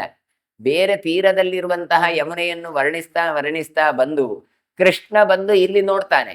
ಕೃಷ್ಣ ಇಲ್ಲಿ ನೋಡಿದಾಗ ಹಾವಸೆ ಎಲ್ಲ ಹಿಡಿದಿದೆ, ಕುಡಿಲಿಕ್ಕೆ ಉಪಯೋಗ ಆಗ್ತಾ ಇಲ್ಲ, ಎಲ್ಲವೂ ಒಣಗಿದೆ ಎನ್ನುವ ಅರ್ಥದಲ್ಲಿ ಹೇಳ್ತಾ ಇದ್ದಾರೆ. ಹಾಗಾದ್ರೆ ಅಂತಹ ಕದಂಬ ವೃಕ್ಷವನ್ನು ಏರಿದ್ದಾನೆ. ಏರಿ ನೀರಿಗೆ ಹಾರಿದ್ದಾನೆ. ಸಾಮಾನ್ಯವಾಗಿ ನೀರಿನಲ್ಲಿ ಕೈ ಹೊಡೆಯುವಂಥದ್ದು ಅಂತ ಇರ್ತದೆ. ಅದು ಎಷ್ಟು ಎತ್ತರ ಉಂಟು ಅಷ್ಟು ಎತ್ತರಕ್ಕೆ ಹೋಗಿ ಹಾರ್ತಾರೆ. ಹಾಗಾಗಿ ಇವನು ಕೂಡ ಶಿಶುಲೀಲಯ, ಮಕ್ಕಳ ಆಟಿಕೆಯ ಹಾಗೆ ತಾನು ಕ್ರೀಡೆಯನ್ನು ಕೇಳ್ತಾ ಇದ್ದಾನೆ.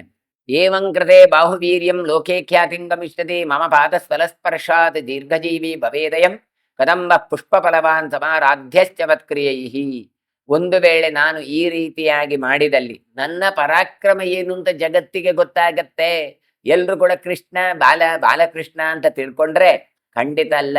ಇಡೀ ವೃಂದದಲ್ಲಿ, ಸಜ್ಜನರ ವೃಂದದಲ್ಲಿ ನಾನು ನೆಲೆಸ್ತೇನೆ. ನನ್ನ ಪಾದಸ್ಪರ್ಶದಿಂದಾಗಿ ಕಾಳಿಯಂತೂ ಚಿರಜೀವಿಯಾಗಿ ಬಿಡ್ತಾನೆ.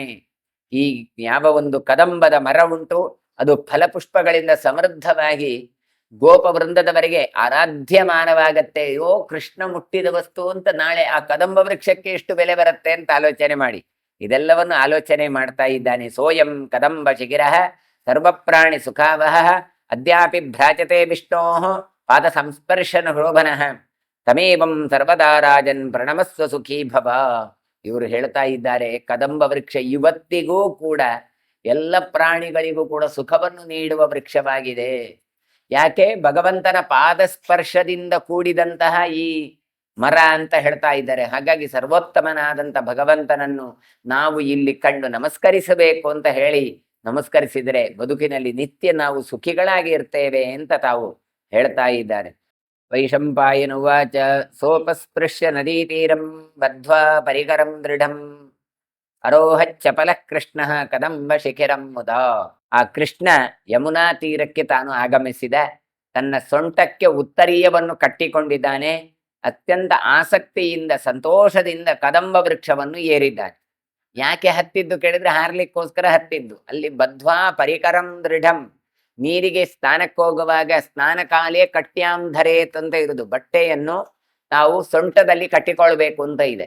ಮತ್ತೆ ಅದು ವೇಗವಾಗಿ ಹಾರುವಾಗ ಬಟ್ಟೆ ಎಲ್ಲ ಬಿಚ್ಚಬಾರ್ದಲ್ಲ, ಅದು ಕೂಡ ರಕ್ಷಣೆಗೋಸ್ಕರ. ಹೀಗೆ ತನ್ನ ಸೊಂಟಕ್ಕೆ ಬಟ್ಟೆಯನ್ನು ಕಟ್ಟಿಕೊಂಡು ತಾನು ಕೃಷ್ಣ ಏನು ಮಾಡ್ತಾ ಇದ್ದಾನೆ. ಕೃಷ್ಣ ಕದಂಬ ಶಿಖಿರಾಲ್ಲಂಬಮಾನೋ ಘನಾಕೃತಿ ಹೃದ ಮಧ್ಯೆ ಅಕರೋಚ್ಛಬ್ದಂ ನಿಪತನ್ನಂಬುಜೇಕ್ಷಣ.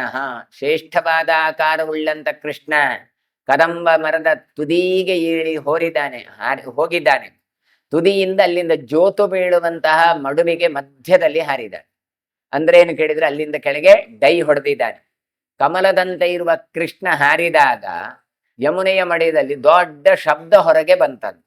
ಅಂದ್ರೆ ಗೋಪಾಲಕರಿಗೆಲ್ಲ ಈ ಕೃಷ್ಣ ಇಲ್ಲಿ ಹಾರಿದ್ದಾನೆ ಎನ್ನುವಂತ ಶಬ್ದ ಎನ್ನುವಂಥದ್ದು ಕೇಳಲಿಕ್ಕೆ ಆರಂಭ ಆಗಿದೆ. ಅದು ಹೇಗಿತ್ತು ಅಂತ ವ್ಯಾಖ್ಯಾನದಲ್ಲಿ ಹೇಳ್ತಾರೆ. ಮುಂದೆ ಭರತನಾಟ್ಯ ಉಂಟಲ್ಲ, ಭರತನಾಟ್ಯ ಆಗುವ ಮೊದಲು ಗಂಟೆ ಬಾರಿಸಿದ ಹಾಗೆ ಶಬ್ದ ಕೇಳಿದೆ ಅಂತ.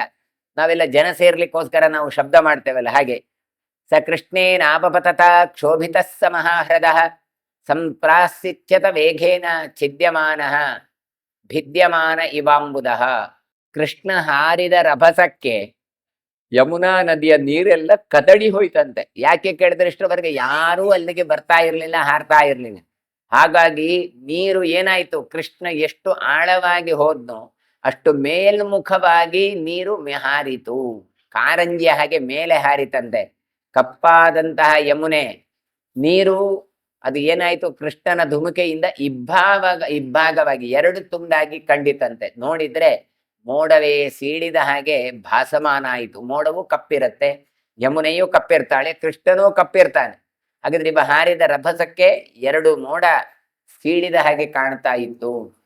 ತೇನ ಶಬ್ದೇನ ಸಂಕ್ಷುಬ್ಧಂ ತತ್ಸರ್ಪ ಭವನಂ ಮಹತ್ ಉದತಿಷ್ಠ ಜ್ವಲತ್ ಸರ್ಪೋ ರೋಷ ಪರ್ಯಾಕುಲೇಕ್ಷಣ. ಯಮುನೆಯ ಮಡುವಲ್ಲಿ ಇಷ್ಟರವರೆಗೆ ಕೇಳದ ಧ್ವನಿ ಕೇಳಿದ್ದೇ ತಡ. ಶಬ್ದದಿಂದ ಅಲ್ಲಿಯೇ ಮನೆ ಮಾಡಿಕೊಂಡಿದ್ದಂತ ಕಾಲಿಯ ಇದ್ದಾನಲ್ಲ, ಅವನಿಗೆ ಅಲ್ಲೋಲ ಕಲ್ಲೋಲ ಆಯ್ತು. ಬಹಳ ಸಿಟ್ಟು ಬಂತು ಅಂತ ಹೇಳ್ತಾರೆ. ಕಣ್ಣನ್ನು ತಿರುಗಿಸ್ತಾ ತಾನು ಜಲಗರ್ಭದಿಂದ ಮೇಲಕ್ಕೆ ಬರ್ತಾನೆ. ಸ ಚೋರಗತಿ ಚೋರಗಪತಿ ಸ ಚ ಉರಗಪತಿ ಕ್ರುದ್ಧೋ ಮೇಘರಾಶಿ ಸಮಪ್ರಭಃ ತಥೋ ರಕ್ತಾಂತನಯನ ಕಾಳೀಯ ಸಮಪದೃಶ್ಯತ. ಸರ್ಪಗಳಿಗೆ ನಾಯಕನಾಗಿರುವಂತಹ ಕಾಳೀಯ ಸಿಟ್ಟುಕೊಂಡಿದ್ದಾನೆ. ಭಯಂಕರವಾದ ಮಿರಿಮಿರಿ ಮಿಂಚುವಂತ ತನ್ನ ಕಣ್ಣುಗಳನ್ನು ತಾನು ಮಾಡ್ತಾ ಶರೀರದಿಂದ ಮೇಘಗಳ ರಾಶಿಗೆ ಸಮಾನವಾದ ಕಾಂತಿಯಿಂದಾಗಿ ತಾನು ಕೆಂಗಣ್ಣಿನಿಂದಾಗಿ ಕಾಳಿಯಲ್ಲಿ ಕಾಣಿಸಿಕೊಂಡಿದ್ದಾನೆ. ಪಂಚಾಸ್ಯ ಪಾವಕೋಚ್ಛ್ವಾಸ ಚಲಜಿಹ್ವೋನಲಾನನಃ ಪೃಥುಭಿಃ ಪಂಚಭಿರ್ಘೋರೈಃ ಶಿರೋಭಿಃ ಪರಿವಾರಿತಃ. ಕಾಳಿಯನಿಗೆ ಎಷ್ಟು ಹಡ ಇತ್ತು ಅಂತ ಹೇಳ್ತಾರೆ? ಪಂಚಾಕ್ಸ್ಯಃ, 5 ಹೆಡೆಗಳಿತ್ತು ಅಂತ ಹೇಳ್ತಾರೆ. 5 ಹೆಡೆಯಲ್ಲಿರುವ ಈತ ನಾಲಿಗೆಯನ್ನು ಅಲುಗಿಸ್ತಾ ಇದ್ದಾನಂತೆ. ಅಂದ್ರೆ ನಾಲಿಗೆಯನ್ನು ಒಳಗೆ ಹೊರಗೆ ಹಾಕ್ತಾ ಇದ್ದಾನೆ. ಹಾವುಗಳು ಯಾವಾಗಲೂ ಹಾಗೆ ಮಾಡ್ತಾವೆ. ಮತ್ತೆ ಹೊರಗೆ ಹಾಕುವಾಗ ಬಿಸಿಯಾದ ಉಸಿರನ್ನು ತಾನು ಹೊರಗೆ ಹಾಕ್ತಾ ಇದ್ದಾನೆ. ಬೆಂಕಿಯಂತ ಮುಖವನ್ನು ತಾನು ಹೊಂದಿಕೊಂಡಿದ್ದಾನೆ. ಮುಖ ನೋಡಿದ್ರೆ ಗೊತ್ತಾಗುತ್ತೆ, ಅದು ಒಳ್ಳೆ ಕೆಂಪಾಗಿದೆ ಅಂತ ಹೇಳ್ತಾನೆ. ಹೀಗೆ ಘೋರವಾದ ತನ್ನ 5 ಹೆಡೆಗಳಿಂದ ಕೃಷ್ಣನನ್ನು ತಾನು ಸುತ್ತುವರೆದಿದ್ದಾನೆ. ಪೂರಯಿತ್ವಾ ಹೃದಂ ಸರ್ವಂ ಭೋಗೇ ನಾನಾಲವರ್ಚಸ ಪುರನ್ನಿವಚ ರೋಷೇಣ ಜ್ವಲನ್ನಿವತ ತೇಜಸ. ಸಮಗ್ರ ಆ ಮಡು ಏನುಂಟು, ನೀರಿನ ಕೊಳ ಏನುಂಟು, ಅದು ಬೆಂಕಿಯಂತೆ ಅದು ಸುಡುತ್ತಾ ಇದೆ. ಅಂತಹ ದೇಹದ ಕಾಂತಿಯಿಂದ ಇವ ಕಾಳಿಯ ತಾನು ತುಂಬಿಸಿ ಬಿಟ್ಟಿದ್ದಾನೆ. ರೋಷಾಗ್ನಿ ಎನ್ನುವಂಥದ್ದು ಕಣ್ಣಿನಿಂದ ಹೊರಗೆ ಬಂದು ಅದು ನೀರಿನಲ್ಲಿ ಅದು ಕಾಣ್ತಾ ಉಂಟು ಅಂತ ಹೇಳ್ತಾ ಇದ್ದಾರೆ. ಕ್ರೋಧೇನ ತಜ್ಜಲಂ ತಸ್ಯ ಸರ್ವಂ ಶ್ರುತಮಿವಾಭವತ್ ಪ್ರತಿಸ್ತ್ರೋತಾಶ್ಚ ಭೀತೇವ ಜಗಾಮ ಯಮುನಾ ನದಿ. ಉರಿವ ಕಣ್ಣಿನಿಂದಾಗಿ, ಕಾಳಿಂಗನಿಂದಾಗಿ, ಆ ಕಾಳಿಂಗನ ಉರಿವ ಕಣ್ಣಿನ ಸಮಗ್ರ ಯಮುನಾ ನದಿ ಅದ ಹೃದವೇ ಕುದಿಲಿಕ್ಕೆ ಆರಂಭ ಆಯ್ತಂತೆ. ಅಂದ್ರೆ ಅಷ್ಟು ಸಿಟ್ಟು ಇವನಿಗೆ ಬಂದಿದೆ ಅಂತ ಹೇಳ್ತಾ ಇದ್ದಾರೆ. ಅವನ ಕಣ್ಣಿನಿಂದ ನೀರು ಕುದಿತಾ ಕೆಳಗೆ ಬಂದಿದೆ. ಅಟ್ಟಹಾಸದಿಂದ ತಾನು ಯಮುನಾ ನದಿಯ ಪ್ರವಾಹಕ್ಕೆ ವಿರುದ್ಧವಾಗಿ ತಾನು ನಿಂತಿದ್ದಾನಂತೆ. ಯಮುನೆ ಹೆದರಿ ಓಡಿ ಹೋಗ್ತಾ ಇದ್ದಾಳೆ. ಅಯ್ಯೋ, ಇವನ ಕೋಪಕ್ಕೆ ಹೆದರಿ ಯಮುನೆಯೇ ತನ್ನ ದಿಕ್ಕನ್ನು ಪರಿವರ್ತಿಸಿಕೊಂಡಿದ್ದಾಳೆ. ತಸ್ಯ ಕ್ರೋಧಾಗ್ನಿ ಪೂರ್ಣೇಭ್ಯ ವಕ್ತ್ರೇಣ ಭೂಚ್ಯ ಮಾರುತಃ ದೃಷ್ಟ್ವಾ ಕೃಷ್ಟಂ ಹೃದಗತಂ ಕ್ರೀಡಂತಂ ಶಿಶುಲೀಲಯ ಸಧೂಮಃ ಪನ್ನಗೇಂದ್ರಸ್ಯ ಮುಖಾನ್ ನಿಶ್ಚೇರು ಅರ್ಚಿಷಃ. ಕ್ರೋಧಾಗ್ನಿಯಿಂದಾಗಿ ಕಾಳಿಯನ ಮುಖ ಕೆಂಪಾಯಿತು ಅಂತೆಲ್ಲ ಹೇಳಿದ್ರು. ಜೊತೆಗೆ ಗಾಳಿ ಹೊರಗೆ ಬಂದಿದೆ. ಆ ಗಾಳಿ ಹೇಗೆ ಉಂಟು? ವಿಷಾಗ್ನಿ ಅಂತ ಹೇಳ್ತಾ ಇದ್ದಾರೆ. ವಿಷಗಾಳಿ ಹೊರಗೆ ಬಂದಿದೆ.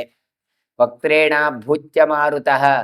ಅವನಾದ್ರೂ ಕೂಡ ಏನು ಮಾಡಿದ್ದಾನೆ? ಕೃಷ್ಣ ಬಾಲಲೀಲೆಯಿಂದ ಆಟ ಆಡುವಂತ ಕೃಷ್ಣನನ್ನು ಕಂಡಿದ್ದಾನೆ ಕಾಳಿಯ. ಇದರಿಂದಾಗಿ ಮತ್ತೂ ಸಿಟ್ಟು ಬಂದು, ಯಾರೋ ದೊಡ್ಡ ವ್ಯಕ್ತಿ ಹೋದ್ರೆ ಇದು ಇನ್ನು ಇಷ್ಟು ಚಿಕ್ಕ ಹುಡುಗ ಬಂದು ನನಗೆ ಉಪದ್ರವ ಮಾಡಿದಲ್ಲ ಅಂತ ಹೇಳಿ, ಹಾಗಾಗಿ ಇನ್ನೂ ಹೊಗೆಯಿಂದ ಕೂಡಿದಂತಹ ಕ್ರೋಧಾಗ್ನಿ ಅವನ ಕಣ್ಣಿನಿಂದ ಹೊರಗೆ ಬಿದ್ದಿತು. ಸೃಜತಾ ತೇನ ರೋಷಾಗ್ನಿಂ ಸಮೀಪೆ ತೀರಜಾದ್ರುಮಾಃ ಕ್ಷಣೇನ ಭಸ್ಮತಾಂ ನೀತಾಃ ಯುಗಾಂತ ಪ್ರತಿಮೇನ ವೈ. ರೋಷಾಗ್ನಿಯ ಪ್ರಭಾವ ಎಷ್ಟಾಯಿತು ಕೇಳಿದ್ರೆ, ಕಾಳಿಯನ ವಿಷದಿಂದಾಗಿ ನದೀ ತೀರದಲ್ಲಿರುವ ಮರಗಳೆಲ್ಲ ತತ್ಕ್ಷಣದಲ್ಲಿ ಭಸ್ಮಕ್ಕೊಳಗಾಯಿತಂತೆ. ಅಷ್ಟು ವಿಷ ಆ ವಾತಾವರಣದಲ್ಲಿತ್ತು ಅಂತ ಹೇಳ್ತಾರೆ. ಪ್ರಳಯ ಕಾಲದಲ್ಲಿ ಭಗವಂತ ತಾನು ಕ್ರೋಧಾಗ್ನಿಯಿಂದ ಸುಟ್ಟ ಹಾಗೆ ಈ ಕಾಡೆ ಸುಡ್ಲಿಕ್ಕಾರಂಭ ಆಯಿತು. ತಸ್ಯ ಪುತ್ರಾಶ್ಚ ದಾರಾಶ್ಚ ಭೃತ್ಯಾಶ್ಚಾನ್ಯೇ ಮಹೋರಗಾಃ ವಮಂತಃ ಪಾವಕಂ ಘೋರಂ ವಕ್ತ್ರೇಭ್ಯೋ ವಿಷಸಂಭವಂ ಸಧೂಮಾಃ ಪನ್ನಗೇಂದ್ರಾಸ್ತೆ ನಿಷ್ಪೇತುರಮಿತೌಜಸಃ. ಆ ಕಾಳಿಯನ ಮಕ್ಕಳು, ಅವನ ಹೆಂಡತಿ, ಅವನ ಭೃತ್ಯರು ಎಲ್ಲ ಬಂದಿದ್ದಾರಂತೆ. ಅವರೆಲ್ಲ ನೋಡ್ತಾ ಇದ್ದಾರೆ. ಇವನ ಸಿಟ್ಟಿಗೆ ಇವನ ಘೋರವಾದ ವಿಷ ಎನ್ನುವಂಥದ್ದು ಹೊರಗೆ ಬರ್ತಾ ಉಂಟು. ಹಾಗಾಗಿ ಅವುಗಳೆಲ್ಲ ದೊಡ್ಡ ದೊಡ್ಡ ಸರ್ಪಗಳು ಕೂಡ ಕೃಷ್ಣನ ಬಳಿಗೆ ಓಡಿಸಿಕೊಂಡು ಬಂತಂತೆ. ನಿನ್ನಿಂದಾಗಿ ನಮ್ಮ ಒಡೆಯನಿಗೆ ಹೀಗೆಲ್ಲ ಸಿಟ್ಟು ಬಂದಿದೆ ಅಂತ ಹೇಳಿಕೊಂಡು ಉಳಿದ ಸರ್ಪಗಳು ಕೂಡ ಕೃಷ್ಣನ ಬಳಿಗೆ ಓಡಿಕೊಂಡು ಬರ್ತಾ ಉಂಟು ಅಂತ ಹೇಳ್ತಾ ಇದ್ದಾರೆ. ಪ್ರವೇಶಿತಶ್ಚ ತೈ ಸರ್ಪೈ ಸ ಕೃಷ್ಣೋ ಭೋಗಬಂಧನಂ ನಿರ್ಯತ್ನ ಹಸ್ತಚರಣ ತಸ್ಥೌ ಗಿರಿರಿವಾಚಲಃ. ಸರ್ಪಗಳಾದ್ರೂ ಏನು ಮಾಡ್ತಾವೆ ಕೇಳಿದ್ರೆ, ಕೃಷ್ಣನ ದೇಹವನ್ನು ಗಟ್ಟಿಯಾಗಿ ಸುತ್ತಿಕೊಳ್ತಾ ಉಂಟಂತ. ಕೃಷ್ಣ ಏನು ಮಾಡ್ತಾನೆ? ಕೈಕಾಲುಗಳನ್ನು ಹಂದಾಡಿಸದೆ ಹಾಗೆ ನಿಶ್ಚಲವಾಗಿ ನಿಂತಿದ್ದಾನೆ. ದದಂಶುರ್ದಶನೈಸ್ತೀಕ್ಷ್ಣೈ ವಿಷೋತ್ಪೀಡ ಜಲಾಬಿಲೈ ತೇ ಕೃಷ್ಣಂ ಸರ್ಪಪತಯೋ ನಮಮಾರಚತ ವೀರ್ಯವಾನ್. ಭಯಂಕರವಾದ ವಿಷವೊಂದು ಉಳ್ಳಂತಹ ಹಾವುಗಳೆಲ್ಲ ಕೃಷ್ಣನಿಗೆ ಸುತ್ತಿ ಭಯಂಕರವಾದ ಹಲ್ಲಿನಿಂದ ಕೃಷ್ಣನಿಗೆ ಕಚ್ಚುತ್ತಾ ಇದ್ದಾವಂತೆ. ಕೃಷ್ಣ ಏನು ಮಾಡಲಿಲ್ಲ. ಸರ್ಪಗಳೆಲ್ಲ ಕಚ್ಚಿದ್ರೆ ಅವುಗಳ ಹಲ್ಲೆ ಮುರಿದೋಯ್ತು ಬಿಟ್ರೆ ಕೃಷ್ಣನಿಗೆ ಏನೂ ಆಗ್ಲಿಲ್ಲ ಹೇಳ್ತಾರೆ. ಕೃಷ್ಣ ಇದರ ಬಾಧೆಯನ್ನು ಹೊಂದಲಿಲ್ಲ. ನಮಮಾರಚ ವೀರ್ಯವಾನ್, ಅಂತಹ ಪರಾಕ್ರಮಶಾಲಿ ಕೃಷ್ಣ, ಅವನ ದೇಹಕ್ಕೆ ಅದು ಏನೂ ಆಗ್ಲಿಲ್ಲ. ಸದಂಸ್ಯಮಾನೋ ದರ್ಶನೈಹಿ ನ ಚಾಲಚ ಕೇಶವಃ ನನರ್ಥ ಸುಚರಂ ಕಾಲಂ ಕೃಷ್ಣೋ ವೈ ಕಾಲಿಯಃ ಕೃದೆ. ಆ ಸರ್ಪಗಳೆಲ್ಲ ಹಲ್ಲಿನಿಂದ ಕಚ್ಚುತ್ತಾ ಇದ್ರು ಕೂಡ ಇವನು ಕೇಶವ ಏನೂ ವಿಚಲಿತನೇ ಆಗ್ಲಿಲ್ಲ, ಏನೂ ಶೇಕೆ ಆಗ್ಲಿಲ್ಲ, ಸುಮ್ಮನೆ ಇದ್ದು ಬಿಟ್ಟಿದ್ದಾನೆ ಹೇಳ್ತಾರೆ. ಆಮೇಲೆ ಕಾಳಿಯ ಹೃದಯದಲ್ಲಿ ಬಹಳ ಕಾಲ ಕೃಷ್ಣ ನನರ್ಥ ಸುಚಿರಂ ಕಾಲಂ, ನರ್ತನವನ್ನು ಮಾಡಿದ, ಅಂದ್ರೆ ಅವುಗಳ ಜೊತೆ ಹೀಗೆ ಆಟವಾಡಿದ. ಅವುಗಳಿಗೆ ಪ್ರಾಣ ಸಂಕಟ, ಇವನಿಗೆ ಆಟ ಅವುಗಳ ಜೊತೆಗೆ. ಏತಸ್ಮಿನ್ನಂತರೇ ಭೀತ ಗೋಪಾಲ ಸರ್ವ ಏವತೆ ಕ್ರಂದಮಾನ ವ್ರಜಂ ಜಗ್ಮುಹು ಬಾಷ್ಪಗದ್ಗದೆಯಾಗಿದೆ. ಈ ನಡುವೆ ಗೋಪಾಲಕರು ಏನು ಮಾಡಿದ್ದಾರೆ, ಎಲ್ಲ ಹೆದರಿ ಕುಡಿದು ಅಯ್ಯೋ ಹೋಗಿ ಹೋಗಿ ಆ ಕಾಳಿಂದಿ ಮಡುವಿಗೆ ಕೃಷ್ಣ ಹಾರಿದ್ದಾನೆ ಅಂತ ಹೇಳಿಕೊಂಡು ಎಲ್ಲ ಗೊಲ್ಲರೂ ಕೂಡ ತಮ್ಮ ಹಟ್ಟಿಯ ಕಡೆಗೆ ಓಡಿ ಹೋಗಿದ್ದಾರೆ. ಗೋಪಾಲಕರು ಬಂದು ಅಲ್ಲಿ ಹೇಳ್ತಾ ಇದ್ದಾರೆ ನಂದಗೋಪಾನಿಗೆಲ್ಲ, ಗೋಪಾಹ ಊಚುಹು ಏಷ ಮೋಹ ಗತಃ ಕೃಷ್ಣೋ ಮುಗ್ಧೋ ಮಗ್ನೋ ವೈ ಕಾಳಿಯ ಕೃತೆ ಭಕ್ತತೆ ಸರ್ಪರಾಜೇನ ತದಾ ಗಚ್ಚತಮಾಚಿರಂ. ಕೃಷ್ಣ ಕಾಳಿಯ ಮಡುವಿನಲ್ಲಿ ಸಿಕ್ಕಿ ಬಿದ್ದಿದ್ದಾನೆ. ತಾನೇನು ಮಾಡಿದ್ದಾನೆ, ಹಾರಿದ್ದಾನೆ. ಕೃಷ್ಣನನ್ನು ನುಂಗುತ್ತಾ ಇದ್ದಾರೆ ಕಾಳಿಯ ಮತ್ತೆ ಇತರ ಸರ್ಪಗಳು. ಹಾಗಾಗಿ ಯಾರಾದ್ರೂ ಪರವಾಗಿಲ್ಲ, ಎಲ್ಲ ಓಡಿಕೊಂಡು ಬನ್ನಿ ಅಂತ ಬೊಬ್ಬೆ ಹೊಡಿತಾ ಇದ್ದಾರೆ. ನಂದಗೋಪಾಯ ವೈ ಕ್ಷಿಪ್ರಂ ಬಲ್ಲವಾಯ ನಿವೇದ್ಯತಾಂ ಏಷತೆ ಕೃಷ್ಣತೆ ಕೃಷ್ಣ ಸರ್ಪೇಣೇತಿ ಮಹಾಕ್ರದೆ. ಗೋಪಾಲಕರಿಗೆಲ್ಲ ವಿಷಯವನ್ನು ಮುಟ್ಟಿಸಿ ಅಂತ ಇವರು ಹೇಳ್ತಾ ಇದ್ದಾರೆ, ಬಾಯಿಂದ ಬಾಯಿ ಪ್ರಚಾರ ಮಾಡ್ತಾ ಇದ್ದಾರೆ. ನಂದಗೋಪನಿಗೆ ವಿಷಯ ಮುಟ್ಟಿಸಿ, ಯಾರಾದ್ರೂ ಬಂದು ಕಾಳಿಯ ಸರ್ಪನಿಂದಾಗಿ ಕೃಷ್ಣನನ್ನು ಬಿಡಿಸಿ ಅಂತ ಹೇಳ್ತಾ ಇದ್ದಾರೆ. ನಂದಗೋಪಸ್ತು ತಚ್ಛ್ರುತ್ವ ವಜ್ರಪಾತೋಪಮಂ ವಚಃ ಅರ್ಥಸ್ಥಲಿತ ವಿಕ್ರಾಂತ ತಂಜಗಾಮ ಹೃದೋತ್ತಮಂ. ನಂದಗೋಪನಿಗೆ ಈ ಗೋಪಾಲಕರ ಮಾತನ್ನು ಕೇಳಿ ಒಂದು ಅಶನಿಪಾತ ಆದಾಗಿದೆ, ಸಿಡಿಲು ಬಡಿದಾಗೆ ಆಗಿದೆ ಅಂತ ಹೇಳ್ತಾ ಇದ್ದಾರೆ. ವಜ್ರಾಯುಧದಿಂದ ಹೊಡೆದಾಗೆ ಆಗಿದೆ ಈ ವಾರ್ತೆಯನ್ನು ಕೇಳಿ. ದುಃಖ ತಪ್ತನಾದಂತಹ ನಂದರಾಜ ತಾನು ನಡೀತಾ ಇರುವ ಹೆಜ್ಜೆಗಳು ತಪ್ಪಿ ಬೀಳ್ತಾ ಇದ್ದಾನೆ ಅಂತ ಹೇಳ್ತಾರೆ. ತಲೆ ಕುಗ್ಗಿ ಹೋಯ್ತಂತೆ. ಅಂತೂ ಎಡವಿಕೊಂಡು ಎದ್ನೋ ಬಿದ್ನೋ ಅಂತ ಹೇಳಿ ನದಿಯ ಬಳಿಗೆ ತಾನು ಓಡಿ ಬರ್ತಾ ಇದ್ದಾನೆ. ಸಬಾಲ ಯುವತಿ ವೃದ್ಧ ಸಜ ಸಂಕರ್ಷಣೋ ಇವ ಅಕ್ರೀಡಂ ಪರ್ಣಗೇಂದ್ರಸ್ಯ ಜಲಸ್ಥಂ ಸಮಪಾದ್ರವತ್. ಆ ಯುವಕನಾದಂತಹ ಕೃಷ್ಣ ಜೊತೆಗೆ ಬಲರಾಮ, ಇಷ್ಟರವರೆಗೆ ಬಲರಾಮನೂ ಕೂಡ ಕೃಷ್ಣನ ಬಳಿಗೆ ಇಲ್ಲ. ಅವರೆಲ್ಲರೂ ಕೂಡ ಯುವಕರಿಂದ ಕೇಳಿಕೊಂಡು ಆ ಕಾಳಿಯ ಮಡುವಿಗೆ ಓಡಿ ಬರ್ತಾ ಇದ್ದಾರೆ. ಓಡಿ ಬಂದು ಹೇಗೆ ಕಾಳಿಯನನ್ನು ಮಥನ ಮಾಡುವ ಕೃಷ್ಣನನ್ನು ಕಾಣ್ತಾರೆ ಎನ್ನುವ ವಿಚಾರವನ್ನು ಮತ್ತೆ ನಾಳೆ ಸೇರುವಾಗ ಚಿಂತನೆ ಮಾಡುವ ಅಂತ ಹೇಳ್ತಾ ಇವತ್ತಿನ ಪ್ರವಚನ ಮಂಗಳಗೊಳಿಸ್ತೇನೆ. ಶ್ರೀಕೃಷ್ಣ ಅರ್ಪಣಮಸ್ತು. ಕಾಯೇನ ವಾಚಾ ಮನಸೇಂದ್ರಿಯೇರ್ವ ಬುದ್ಧ್ಯಾತ್ಮನಾ ಮನುಸೃತ ಸ್ವಭಾವಂ ಕರೋಮಿ ಯದ್ಯ ಸಕಲಂ ಪರಸ್ಮೈ ನಾರಾಯಣಾಯೇತಿ ಸಮರ್ಪಯಾಮಿ. ಶ್ರೀಕೃಷ್ಣಾರ್ಪಣಮಸ್ತು. ಶ್ರೀಕೃಷ್ಣಾಯ ನಮಃ. ಓಂ ಶ್ರೀಕೃಷ್ಣಃ ಕಮಲನಾಥೋ ವಾಸುದೇವಃ ಸನಾತನಃ ವಸುದೇವಾತ್ಮಜಃ ಪುಣ್ಯೋ ಲೀಲಾಮಾನುಷ ವಿಗ್ರಹಃ ಶ್ರೀವತ್ಸಕೌಸ್ತುಭಧರೋ ಯಶೋದಾ ವತ್ಸಲೋ ಹರಿಃ ಚತುರ್ಭುಜಾತ್ತಚಕ್ರಾದಿಗದಾ ಶಂಖಾದ್ಯುದಾಯುಧಃ ದೇವಕೀ ನಂದನ ಶ್ರೀಶೋ ನಂದಗೋಪಪ್ರಿಯಾತ್ಮಜಃ ಯಮುನಾ ವೇಗತಂಹಾರೇ ಬಲಭದ್ರಪ್ರಿಯಾನುಜಃ पूतना जीविताहारे शकटासुरभञ्जनः नन्दव्रज जनानन्दे सच्चिदानन्दविग्रहः नवनीत विलिप्ताङ्गो नमनीतनटो नगः नवनीतनवाहारो मुकुन्दप्रसादकृत षोडशस्त्रीसहस्रेश त्रिभङ्गे मथुराकृतिः सुखभागमृताब्दिन्दुर्गोविन्दो योगिनां पतिः वत्सपादहरो दन्तोद्धेनुकासुरभञ्जनः तृणीकृतदृढावर्तो यमलार्जुनभञ्जनः उत्तालतालभेत्तादतमालश्यामलाकृतिः